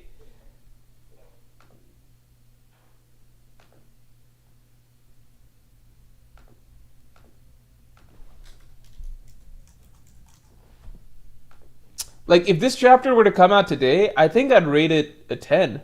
Or at least like a 9. You know? It's a lot that happens. I don't know. It's in between, because nothing major happens that you'd be like, this is... It's like, just the enjoyability of reading through the Roger Pirates interactions with the Amazon Lily, the Kuja Pirates, sorry, the Rocks Pirates interactions with one another. Yeah, it's a tough call. We can put it in A. We can put it in A. We can put it in A. It's not like a groundbreaking chapter. It's just a very, very good chapter.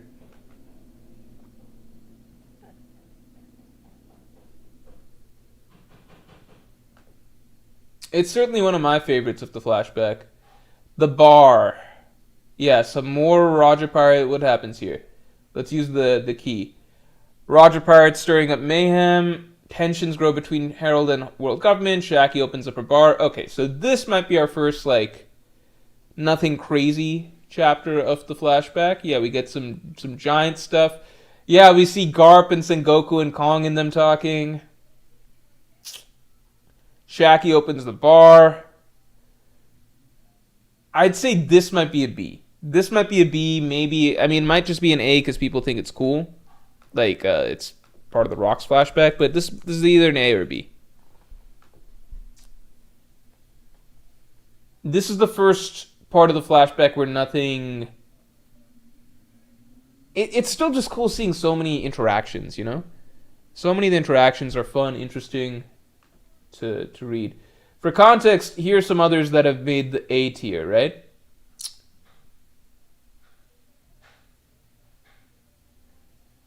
What was 1148? The fuck happens in 1148? Oh, is 1148 hell happens in 1148? That must be Scopper Gaban. Yeah, that's Scopper Gaban showing up and cutting Somers for the first time, so that's cool. This is a very good chapter. God's Knights show up. Scopper. Yeah. Yeah, yeah. So A's good chapters. Alright, what are we saying for this? We're saying B for this one. B for this one. Yeah, I would say it's a very high B. Okay, 1158. This was a great chapter. Sorry, great chapter. Yeah, this is gonna be. I think this is a clear A. I don't know if it's S. I think it's a clear A. Love the interactions in this chapter. The Rayleigh Shaki romance continues to get more spicy, twists and turns. Get some more looks at the Roger Pirates. Garling, back when Garling still had aura. I love the bar scene here. I love this whole bar scene. I think it's very good. You just get a really good look at what each one of these characters is really like. Yeah, just really love this bar scene overall. The interactions were great. And then we get maybe, we don't know, but maybe the highest level pure hockey user fight that we've had in the story. Maybe. It's hard to say. I think a lot of our I actually think that based on current events that are happening right now, this is a side note, based on current events that are happening right now in One Piece, right? What's happening at this moment, I think all power scaling takes, for me, are on hold indefinitely. They're just on hold for some period of time. Like, I cannot tell you how to make sense of everything that's happening until the dust settles. It's just too much, like, because before this, it was like, before I used to think Roger, Prime Whitebeard, etc., they're like the strongest. Then I was like, maybe Rox in his prime is even as strong or stronger than them, as the Rox flashback kind of rolled. And it's like, and this dude Harold is equal to Rox. So it's like, okay, are fucking Rox and Harold the strongest ever besides Emu? But then fucking Loki, then Harold gets a buff. So he gets like the immortality buff plus like God's Knight's juice. So like now roided up Harold is a thing. So I'm like, is roided up Harold stronger than, Prime Roger, Whitebeard and stuff? But then Loki is like, I can fight roided up Harold, and I've got Ragnar, and I've got this fruit and stuff like that. And so now I'm like, okay, is Loki equal to roided up Harold? I know that Harold at the end, like, allowed Loki to get the finishing blow, but it did seem like it was an evenly matched fight before that. So it's like, okay, is Loki stronger than all these old legends then? And then it's like, okay, but then fucking Shanks captures him, so there's so many things that are possible now, right? It's just like, and even other things, the Shanks Mihawk debate is now up in the air again, by the way, because Mihawk apparently, the last time he defeated Shanks seems to have been back when Shanks was not that strong. Or at least probably pretty strong. I'm not saying he's weak, right? But certainly not like whatever level he reaches later. So now that's its own whole question mark as well. Like pretty much every previous thing that I thought was really starting to make sense, I'm like, okay, we need to just wait and see a little bit, I'm glad, before I did the top 30 streams, I did a top 30 stream for me, and I then let you guys do the top 30 voting stream, right? If you guys recall. I did those top 30 streams, and I was like, is this premature? Because we might be getting one more chapter by the end of the year. And we did get that one more chapter. We got 1170. And I was like, okay, it's good that I did the top 30 when I did, because 1170 probably is one of the biggest wrenches in the works, maybe the biggest wrench in the works ever thrown. If I really think about 1170, I think it's maybe the biggest wrench that's ever been thrown into the whole power scaling, whatever. It raises a lot of questions.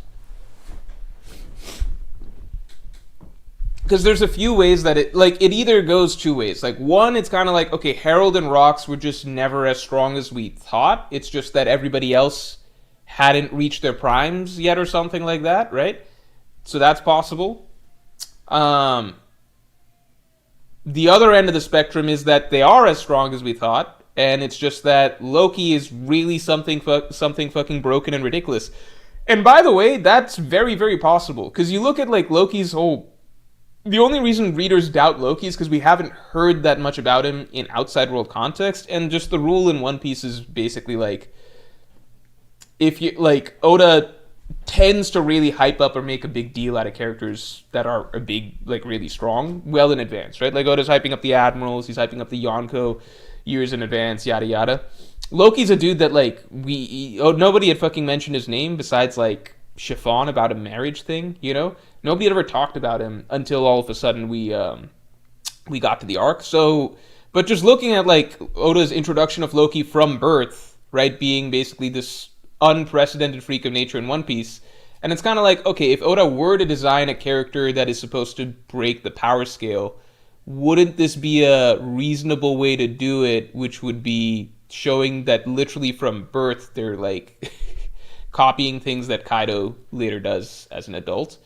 Again, I'm not saying that Loki's crazy strong, but, like, there's other things too that indicate that he might actually be way stronger than we realize, which is roll, right? Like, supposedly if you eat that fruit, you're capable of destroying the world, right? So Loki has gained a power that's probably comparable to Nika, right? And then here's the big kicker, which is that Oda, for some reason, has nerfed the fuck out of Loki for this arc, right? It's established that Loki is actually very, very injured right now, and it'll take him a month to heal. So maybe that's something that Chopper will just fix right away. So that's entirely possible, right?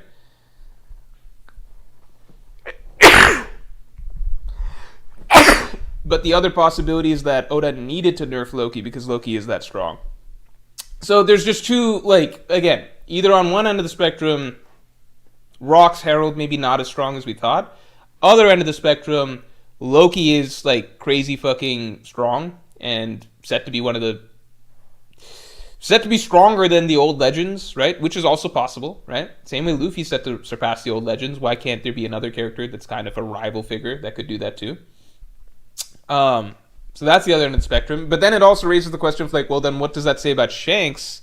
Is it true that Shanks then defeated Loki like we heard? Lots of times things aren't correct. Rumor versus actuality, right? But then if Shanks did defeat Loki, then what does that mean for Shanks? That brings up anything with Shanks will naturally bring up the whole Mihawk debate. And again, I think the Mihawk situation is now much more gray again, now that we've learned that Mihawk beat a version of Shanks that doesn't seem to be as strong as he is much later on in the story, you know? All right.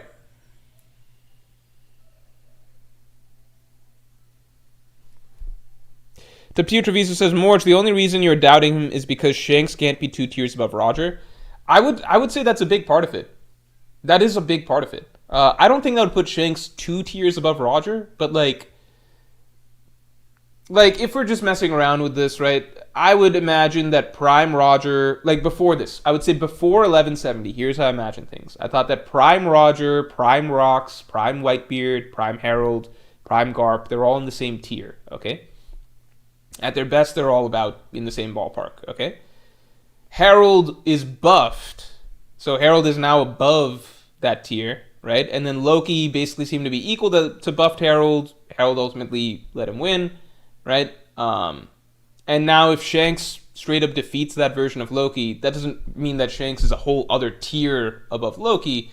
He would probably still be in that tier, unless Shanks does it easily, in which case that's a whole different situation. But I imagine it's probably a pretty significant battle, right? When Luffy beats Lucci, that doesn't mean Luffy's in a whole different tier than him, right? Luffy beats Katakuri, that doesn't mean Luffy's in a whole different tier than Katakuri, you know? So it would mean that Shanks is a tier above Roger. And that just, raises a lot of discussions. Okay, continuing on. Herald let Loki kill him in the end, though? Yes, but that was only at the end. It was shown before that they're fighting evenly, you know? They're fighting evenly while Herald was under Imu's control. Then Herald regains control, which allows Loki to get the finishing blow, right? So, at worst, it's like a tie beforehand, you know? Isis, thanks for the 5. Given Herald's last words, it's entirely possible Loki gave himself up. Yeah, but Loki, he gets captured 6 years ago, right? So he doesn't give him. I think it's possible he gives himself up initially to the giant spellbath, then breaks free, goes out to sea, rampages. So we know that part of his story, and then is supposedly captured by Shanks, right? Let's get Streamlabs up to 100 real quick. All right, we're gonna continue on. We're getting too caught up in this. A for what? 1157 sounds good. All right. I think we already got that there. 1158. That's what we're looking at here, right? So yeah, we get the bar scene, which I love. We get Rox versus Harold. Good fight scene. This is a good fight scene for what little we get. I think it's solid. And then we end with Shanks and Shamrock. I think this is an A chapter, in my opinion. I want to put this in A. Do people agree? I can throw this for a poll as well.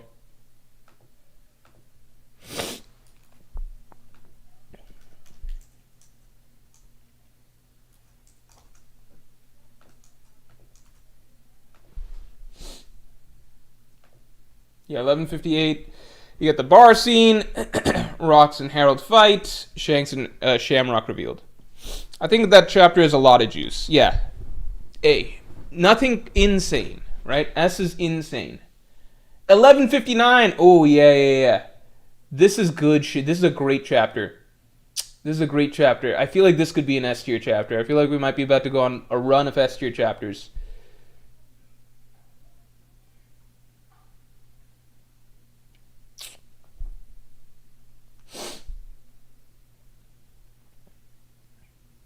This is so good. Yeah, this is sweeping through the world. We see all of the crazy reactions. Everybody's angry. The Garling scene, insane. Dragon, love this shit for him. Big News Morgans, yada yada. Everybody getting ready for God Valley. Rox and Harold, great conversation here. This is their last conversation. Last conversation and how they leave off. Fucking sad. And then the Davy Clan announcement. Dragon coming across. Ah, man, this stuff is so good. I want to put this in S. I want to put this in S, right? Feel like that's fair? People are saying S, right?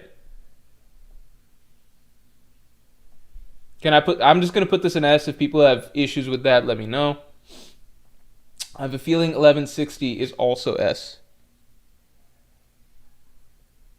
Yeah, Rox's character arc change. So many good character things set up here. And the Davy Clan reveal at the end. Great stuff. Okay. Dragon's character arc continuing. Always good stuff. Oh man, this whole God Valley incident was so cool. We get the hunting game. Nothing crazy here. Okay, here we go. Everybody, yeah. This is I feel like this is an S tier chapter, right? All the lineups, right? Rox Pirates showing up. More dragon shit. Roger Pirates showing up. Some comedy. God's Knights, back when we thought that they were still cool. And then my favorite entrance, Garp saying, "Here I am, baby." And he just shows up by himself. This is the funniest shit. I don't count fodder. Everybody showing up with like these ridiculous squads. Like genuinely the most stacked squads that you've seen in One Piece history, right? Like the fucking Rox Pirates, Roger Pirates with fucking near prime Rayleigh Gaban Roger, whatever. All the God's Knights, right? And then it's just Garp. This is still one of my favorite. This is maybe my favorite Garp moment in the story. He's just like, who does he think he is? It's like he's showing up to like the Super Bowl or something, but just with no team. He's like, I'm here to play. And everybody else is like, oh, fuck this fucking dude.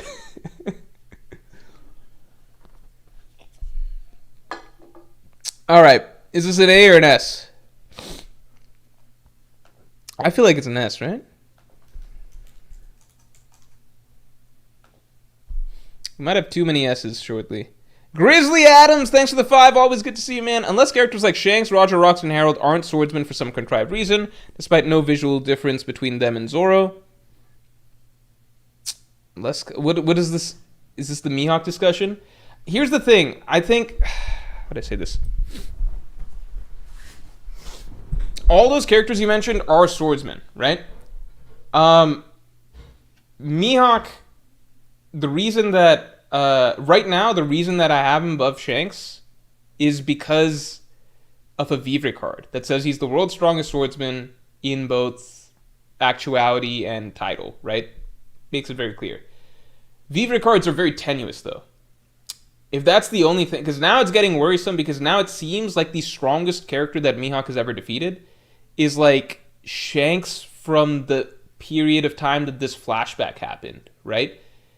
If that's Mihawk's biggest W, then that's really not good. Because the thing you have to remember is that in One Piece, you are only as strong as your strongest opponents. Because you can't just train to get significantly stronger at a certain point. It's through hockey blooms, right? The stronger, this is made very clear in the story, the stronger the opponents you fight throughout the story, the higher the level you yourself can get. You can't just be, like, if the last time Mihawk had a really great duel was against Shanks from that era, that's not good. Okay, that's not good. That's why it just, because we know Shanks has big fights later on. Shanks fights Loki, right? So we know that Shanks gets stronger later, unless that information is not correct. With Mihawk, that's worrisome if his last big opponent is like, I don't know, Shanks from when Shanks was maybe Admiral level or something like that. So that's the one tricky thing with Mihawk's situation at the moment. And the catch that people don't seem to get, which is like, well, Zoro needs to be the world's strongest swordsman, right? So therefore, he, like, you know, unless Zoro's going to fight Shanks, then Mihawk's got to be there. Mihawk and Zoro, the correlation that people have it too tied together that Mihawk's strength is Zoro's end of story strength. That's not the case. Because Zoro can fight, for example, Dami reversing Mihawk. Zoro can fight Seraphim Hawk, right? S-Hawk, right? There are, like, Mihawk's strength, I try to judge that somewhat independently of Zoro's strength, because I think it takes too many assumptions about, like, how Zoro versus Mihawk or what Zoro's final opponent or final duel looks like. I think it's too many assumptions to just be like, well, Mihawk is basically going to be, like, equal to end of story Zoro, just but, like, slightly weaker or something like that, right? I don't view Mihawk's strength as, like, the final determining factor of end of story Zoro's strength. So that's, I think, where a big point of difference is. Does that make sense?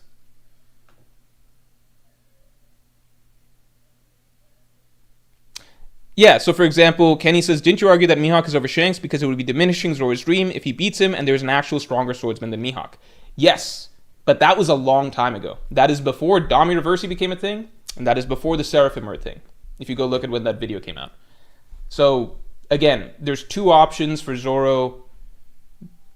There's multiple options, basically, in the story for Shanks being stronger than Mihawk and Zoro still being the stronger swordsman than Shanks at the end of the story. Both things can be true. I missed Grizzly's previous super chat. Oh, I'm sorry. Hold on. That would probably help it make more sense.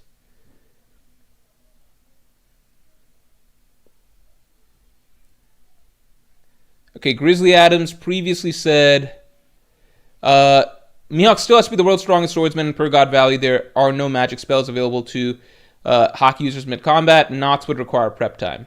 Yeah, no, that's true. Mihawk still has to be world's strongest swordsman. Again, now it's only held together by a Vivre card, in my opinion.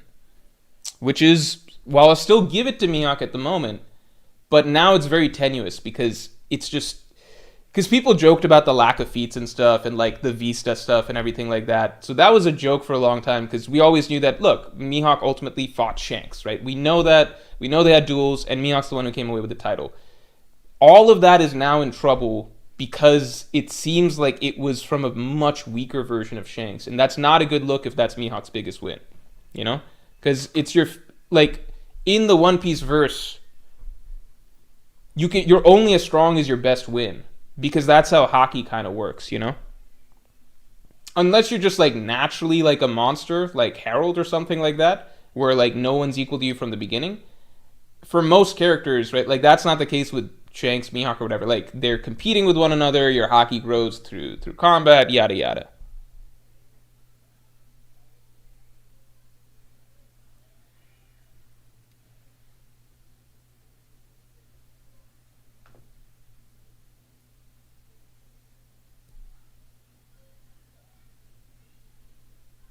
Kenny says, for 99% of the story, Zoro has been chasing Mihawk thinking he's the world's strongest swordsman. If Shanks is actually stronger, is Zoro just stupid chasing the number 2? I'm saying none of that is relevant. All that matters is that Zoro is the world's strongest swordsman at the end of the story, right?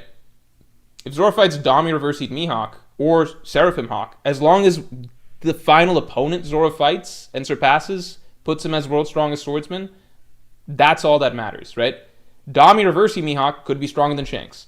Seraphim S-Hawk could be stronger than Shanks, right? But Mihawk, stronger than Shanks, is now only held together by a Vivre card. They might be equal for all we know. That is now in the realm of possibility again, right?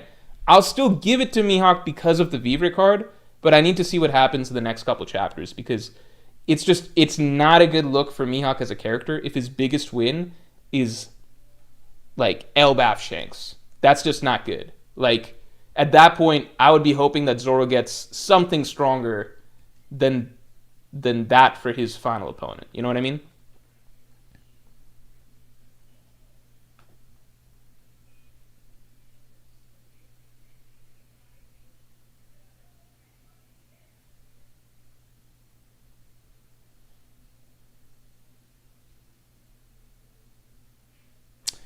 Growth Stonks, thanks for the 5. Zoro final duel won't be against Shiryu or Mihawk, but Shamrock. He's the world's strongest swordsman, even confident enough to take on Loki, who's top 5 right now. I don't think that's going to be the case, personally.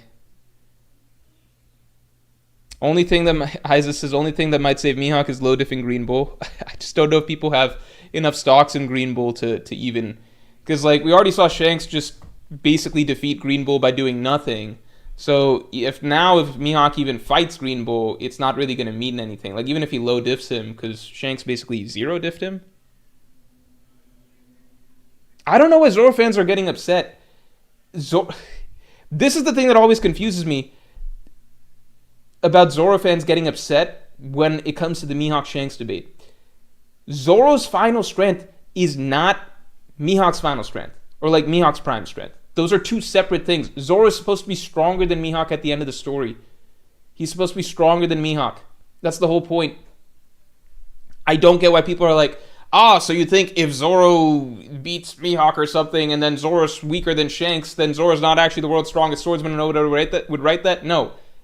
I think Zoro is going to be the world's strongest swordsman at the end of the story. I think that's guaranteed.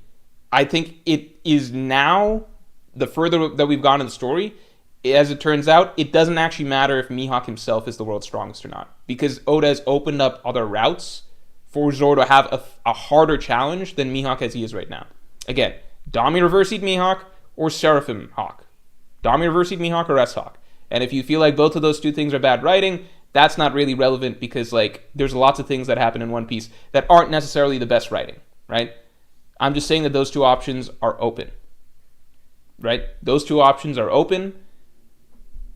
Like, if your stance is basically like Zoro's only got, like, Zoro versus Mihawk is the final thing that's going to happen for Zoro, period, for sure, and therefore Zoro has to be, Mihawk has to be stronger than Shanks in order for Zoro to become the world's strongest swordsman. First of all, that's not even true, because Mihawk and Shanks could be equal, and then Zoro defeating Mihawk would still make Zoro the world's strongest swordsman, right? So right off the bat, the premise is incorrect, right? But now when you consider the fact that there are other options to give Zoro a swordsman opponent that is stronger than Shanks at the end of the story, without Mihawk himself being stronger, that now has to be considered as well. Does that make sense? Bro, you used that exact argument in your dedicated video on Shanks versus Zoro. There was no dedicated video on Shanks versus Zoro. But if you're referring to the video where I talk about how Zoro has to defeat Mihawk to become the world's strongest swordsman, again, there are now other routes, right? Mihawk could get Dami Reversied, which would give him a buff, or Zoro could fight S-Hawk, which is already supposed to be stronger than Mihawk once it reaches its prime, right? Those are two routes wherein Mihawk could be equal to Shanks, or maybe not even as strong as Shanks, but Zoro still has a final duel against an opponent that would put him stronger than both Mihawk and Shanks. Does that make sense?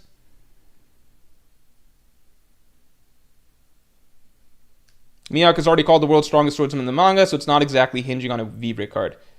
But we've already learned so many times that the titles the Vivre card is what's cool because it specifies that it's in a title and actuality. I believe that's what Mihawk's Vivre card says. He's the world's strongest swordsman, both in like title and reality. Whereas in the manga, titles like World's Strongest Man, World's Strongest Creature, right? Those are things that are contradicted by other things that we see, like Emu and stuff like that, right? All right, continuing on.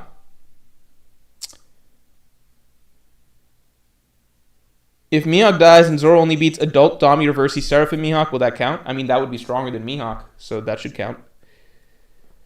All right. Continuing on. Also, let's get the stream likes up to 150 real quick. All right, 1160, we're doing S, right? All right, here we go. 1161? 1161. What happens in 1161? A song of love bound under hail of arrows. Oh, I think this is the chapter where Garp attacks the Yonko and stuff. I think this chapter was a solid A, if I remember correctly. Great dragon writing. Just great shots, just good shit all around. The Garp moment is the most hype moment from the chapter. And then the nice story moment is obviously Rayleigh saving Shaki. I think it's an A. I think it's an A chapter. I don't think it's like the best thing ever. I think it's a good chapter all around. Very enjoyable chapter.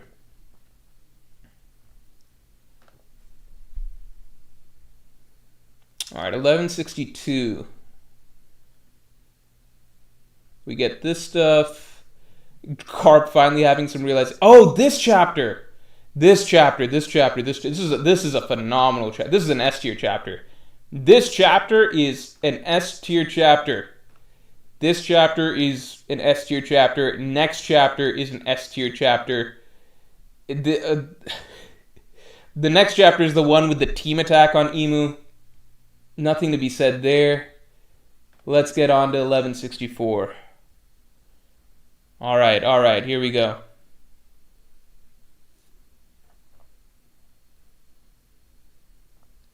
All right, Dami Reversied rocks. I remember this was controversial at the time. Really cool fighting all three Yonko. Cool shit. What do we rate this? I feel like this might be an A. I feel like this chapter is an A. Yeah, 1164 is an A.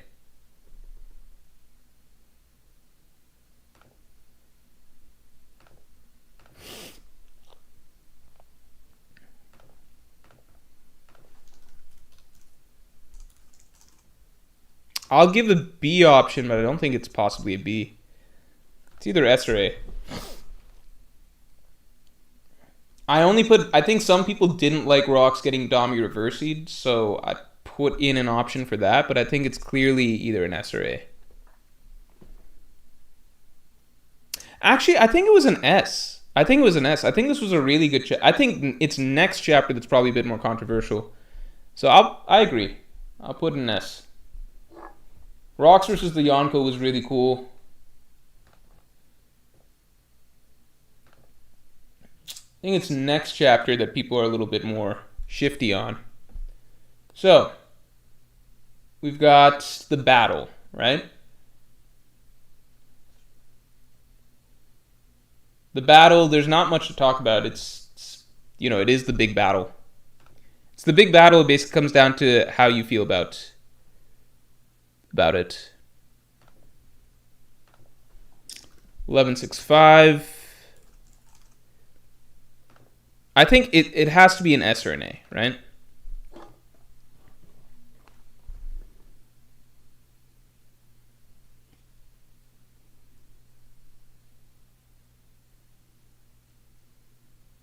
My mic is echoing. Hello. Testing. Hello. How about now? I think it should be good now, right? Sorry about that, guys. Don't know why that happened.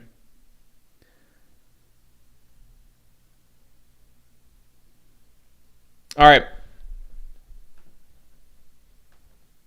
Damn, we have this many S tier chapters this year. All right. I mean, the God Valley entire flashback was really, really good. Okay, 1166. Is this the chapter Harold breaks his horns? This is a good chapter from what I remember. Yeah, Rox's death. Tragic. Not in the typical way. This was a cool scene. Really cool scene. Um, the fallout, aftermath. I like this scene. Yada yada. Harold, whatever, breaking his horns. How do we feel about 1166?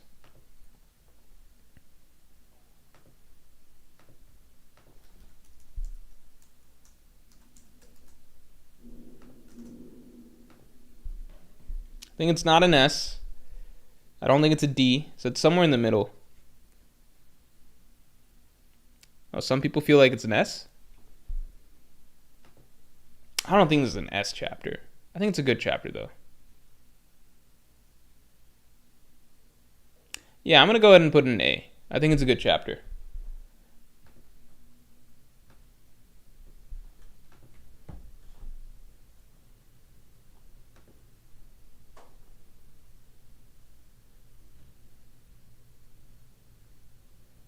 Ah, yeah. Yeah, yeah.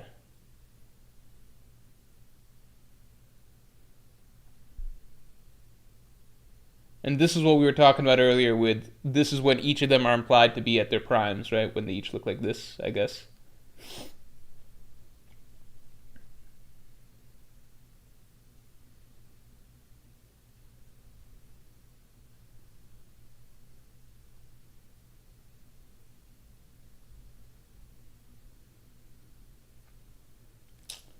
Yeah, just good lore shit.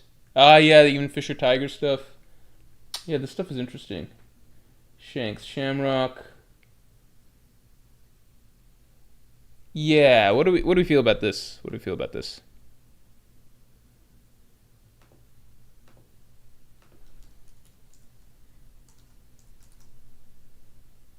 I feel like this is either an A or B.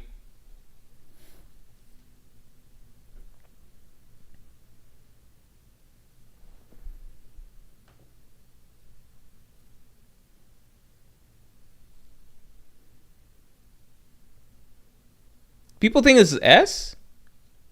Okay, okay. I didn't realize people think this chapter is an S. Here, let me swap it. Hold on. Let me do this again.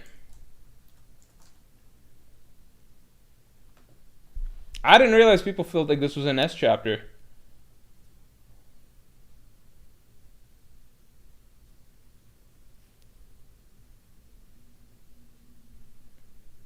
It was cool. There are a lot of reveals. I don't think it's an S personally. Okay. I think we got too many S chapters. But low S. Low S? Okay. Alright, low S. Some might call that A. That's why we have A tier. I don't think that's an S chapter personally. Maybe it felt like S at the time. Actually, it did have a lot of reveals. It did have a lot of reveals. That was cool. Okay, Snows of Elbaf. So Harold talking about his Harold stuff.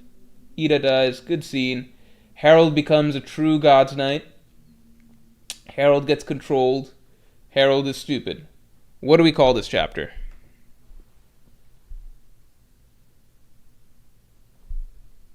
Eleven six eight.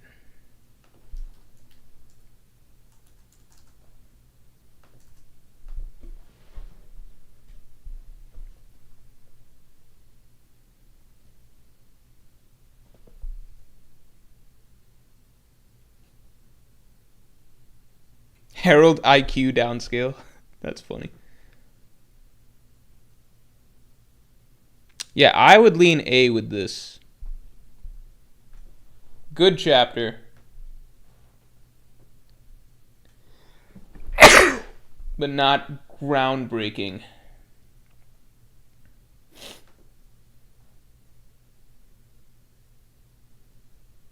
All right, 1169. You got a lot of a lot of explanation shit happening. We learn some about the way the Holy Knights work and everything. Crazy amount of hockey, honestly.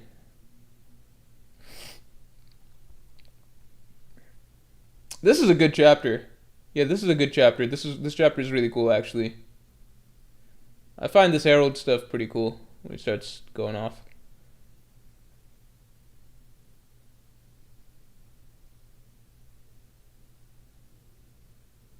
Yeah, what do we feel about this?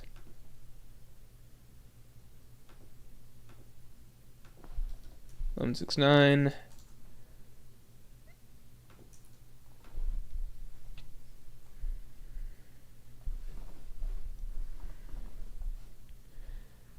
$11.70 is S for squirrel.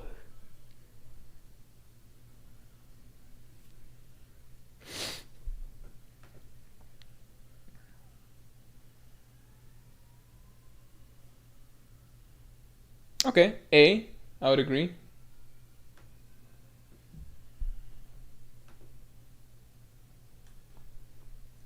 All right, 1170.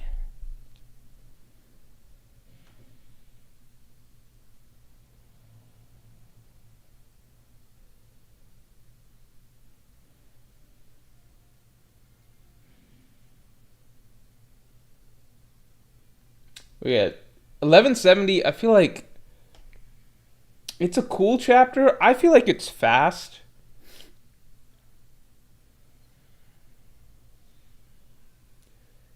So we had Loki versus the Hammer, Harold versus Shanks Gaban.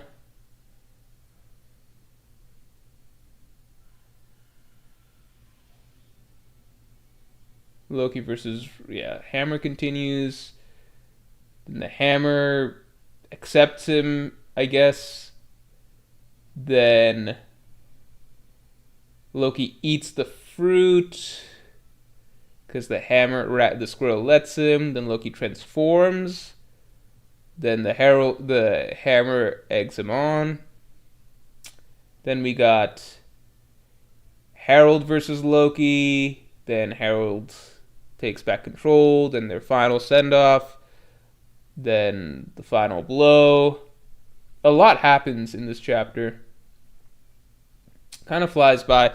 I feel like I just feel blueballed by us not getting, because this feels like a fight that's worth showing glimpses of. I get that Oda really wanted to hide Loki's fruit reveal for later, but man, this would be a good time for the fruit reveal. Like, it's against Harold, who's buffed by Emu. Like, this is a character who's equal to Rox and is currently, like, roided up and has immortality. Like, this feels like a good time to show, like, this feels like a really cool opponent to show off what Loki can do. I really don't know why Oda's saving the fruit for that extra, I don't know. The reveal will be worth it, trust. I believe the reveal could be worth it. It's just that this in itself is like an amazing fight. Like, how do you really get a better matchup than this to show off the fruit's powers? I mean, I'm sure Oda can come up with stuff, but again, this is a character who's like, if not, who's probably at least Yonko level, right? Based on the things that we know. Yonko level plus Pirate King level, if that's a thing, right? Like, again, I don't, now power scaling stuff feels very up in the air to me, but this should be one of the strongest characters ever at this point. This would be cool to see Loki fight against, and it's his father. That's my only thing with this chapter.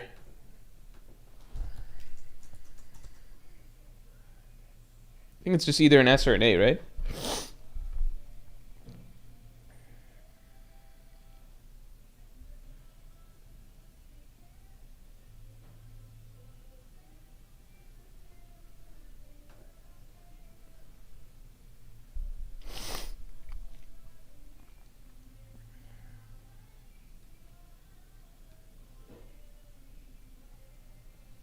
Get your votes in, get your votes in.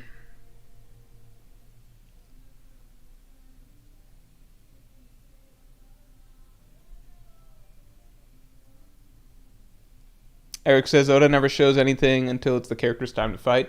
But this is his time to fight. This is the fight. In fact, this is the famous fight, the one that we were told about in Loki's introduction when he killed his father. This is the big event. The next time Loki fights, he theoretically loses, as far as we know, to Shanks. So it's and then current Loki in Elbaf right now in the modern day is supposedly extremely injured and completely nerfed. Unless Chopper gives him maybe the same thing that he gave Zoro or something like that. That's possible.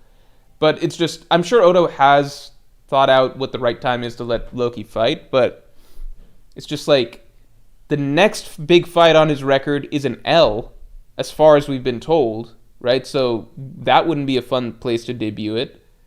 And then after that, in the modern day, he can't even fight at his best. So I would love to see this. Him fighting Harold when Harold is maybe the strongest person on the planet right now outside of Emu.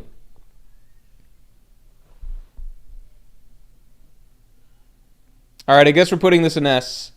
I personally don't think this is an S tier chapter. I think that this is a case of the chapter goes by a little too fast. You know what? I'm gonna use dictator rights for this.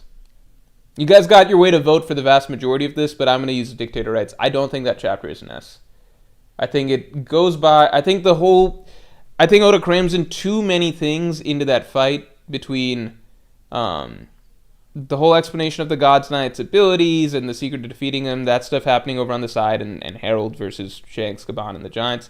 But then fitting in Loki fighting the Hammer, Loki being chosen and accepted by the Hammer, Loki eating the legendary fruit, Loki getting the transformation for the first time, then running back, then fighting Harold in the same chapter, then Harold stopping the fight to give a long farewell speech, and then Loki killing Harold. That's a lot of things to... How did Tom describe this? The chapter has a million things.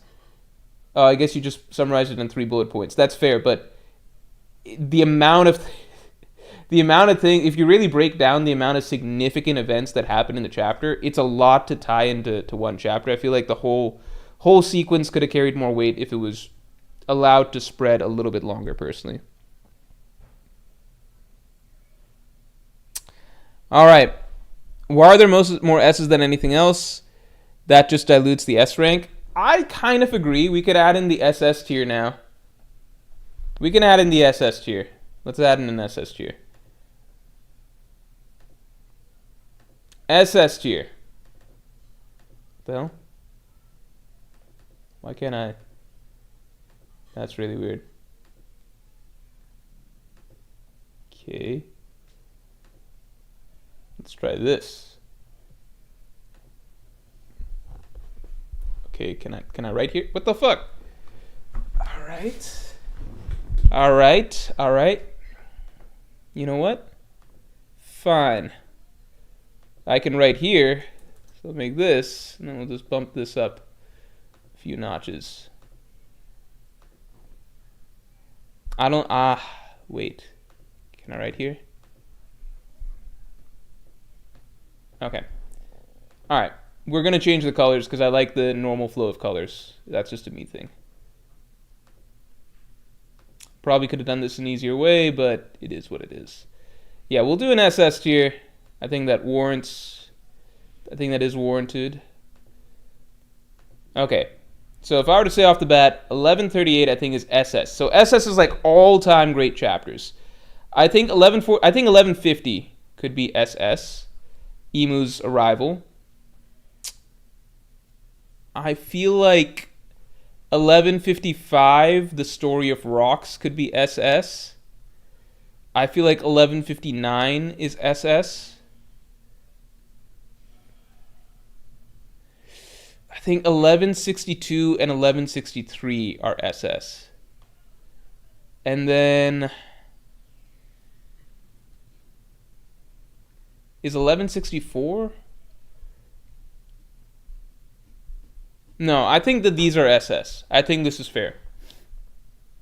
Because with these, you can just describe the chapter in a single word, and it's like, oh yeah, all-time great One Piece chapter. Like the mural chapter, the Emu Dami Reversi chapter, right?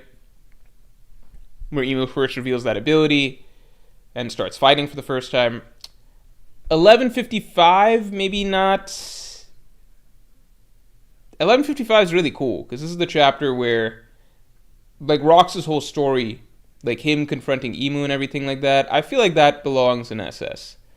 1159 is the whole God Valley battle kicking off, the Davy clan reveal, so many great scenes in this. 1162, Garling defeated and everyone teams up against to fight Emu. 1163 is the battle against Emu.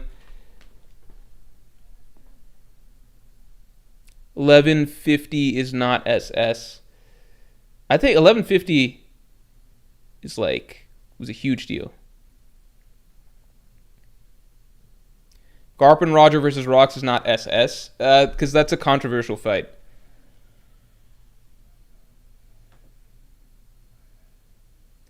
$11.55 is SS, but $11.50 is not. How is $11.50 not SS? Oh, I missed your Super Meek? I'm sorry, hold on. This one page has been built up since at least 1152. Lol, just one page. This one page has been built up since at least 1152, the beginning of the flashback. Lol, just one page. Yeah. You're saying the fight between Loki and Harold?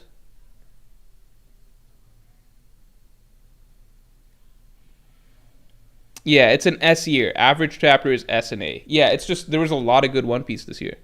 I mean, we had the God Valley flashback this year. Like 20 of the chapters this year, almost 18 of the chapters, 19 of the chapters this year were God Valley stuff. Okay, people don't like 1150 being SS. How's 1150 not SS? I remember the reactions when it first happened being crazy.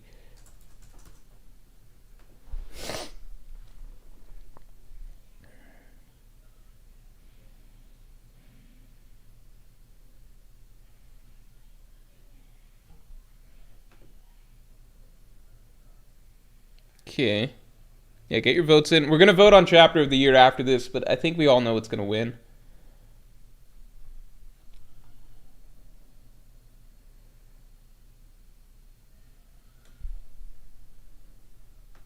If I were to really narrow down, I would say that the chapters that I consider SS this year are really just 1138 and like maybe like 1162 and 1163. I don't know. Is 1155 SS?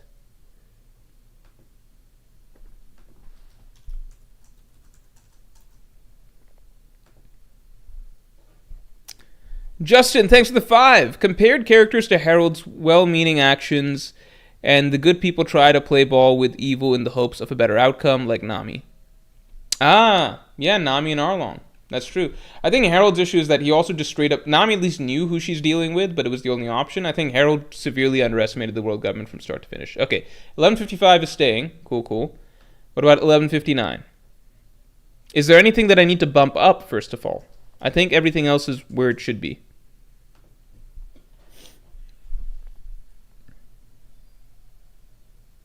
$11.55, my chapter of the year, personally. I really loved $11.55.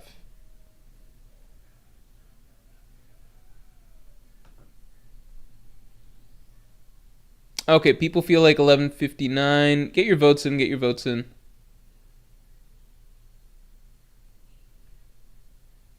Not a lot of votes for this one.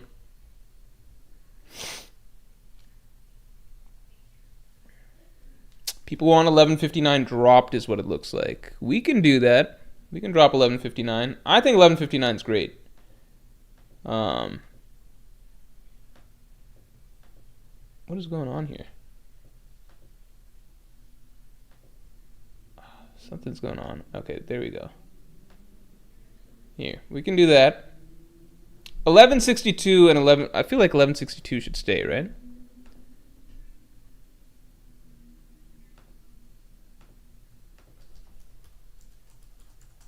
1163, I think, stays no matter what. Like, that was a surreal chapter.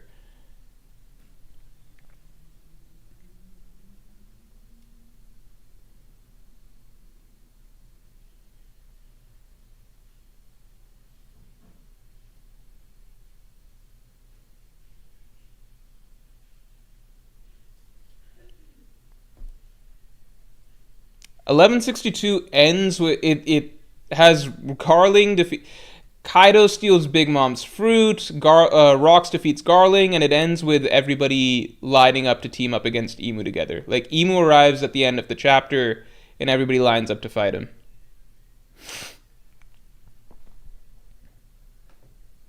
Okay. All right. I like this. 5 chapters that make it to SS. I like this. I would personally, if I were to rank, I would say my favorite chapters of the year would be in something like this sort of order. 1162. Something like that. That'd be my rankings. But here, we'll give it to everybody.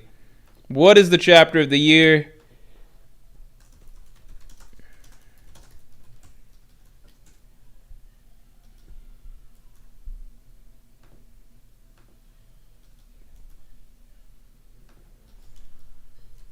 We can only do 4 options, so I'm leaving out 1150 for the moment.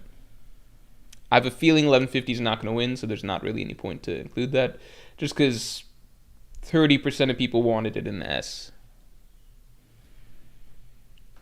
Yeah, I figure 1138 is going to clean up here.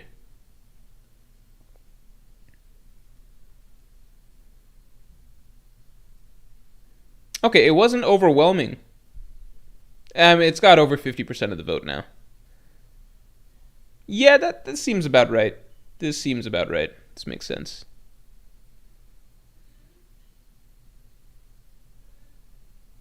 Yeah. I wonder, how about, let's do what's second best, right? Because 1138 is just a really, really big deal, right? So let's do second best. Second best chapter of the year. We normally don't do second place votes, because there's not really any point. But we'll do it this time. Just out of curiosity, because the first place was likely to win from the beginning.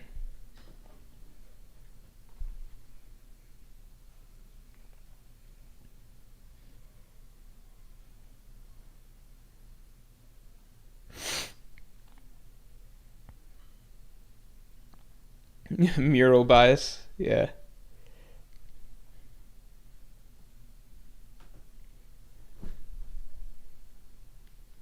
Okay, so it's pretty tight between 1163 and 1155. So I'm actually going to pit those two against one another.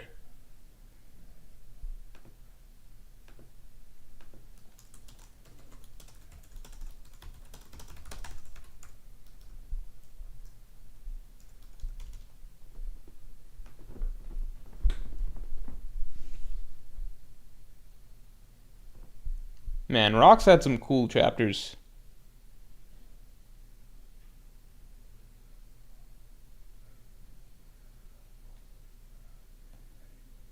Meek says nothing will ever come close to the mural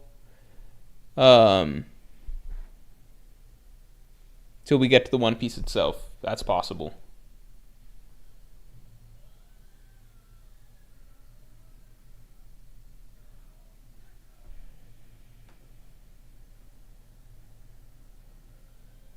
Ah, 1155 wins it. That's interesting. Because when I did 4 options all together, or actually it's pretty tight still, it's still tight. When I did 4 options together, 63, 62, 55, and 50, 63 was winning. But once I put it just between those 2 options, now it becomes tighter. Now it's up in the air. All right, get your votes in, everybody. Get your votes in.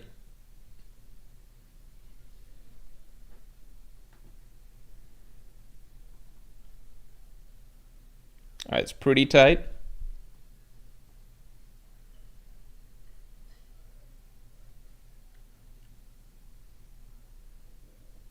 All right, it looks like second best chapter of the year. Second best chapter of the year is 1155. All right, by a very tight margin. All right, everybody. good stream. Again, I apologize for the much lower output of content. Just vacation time lately. But we're back on schedule. Almost. Tuesday video is delayed to Wednesday. So video will be coming out Wednesday, and then from there we'll be close to a normal schedule. What's going to be shifting, I think, with next week, again, reminder, what's shifting with next week is we're going to shift away from doing Tuesday videos, and we're going to try to get out videos on Saturdays. So watch out for that. So that's going to be a little experiment to see if we can keep that up. So Friday, chapter review, and now Saturday will be the... so chapter reviews we used to do on Saturdays, we're moving chapter reviews up. So we're going to try and drop chapter reviews on Fridays, and then Saturdays will be the actual... what would normally be a Tuesday video, we're moving it forward 3 days. So we're going to be trying to increase the speed. All right, everybody. Thank you all for tuning in. This was a fun stream. And yeah, with that, I will talk to you all later.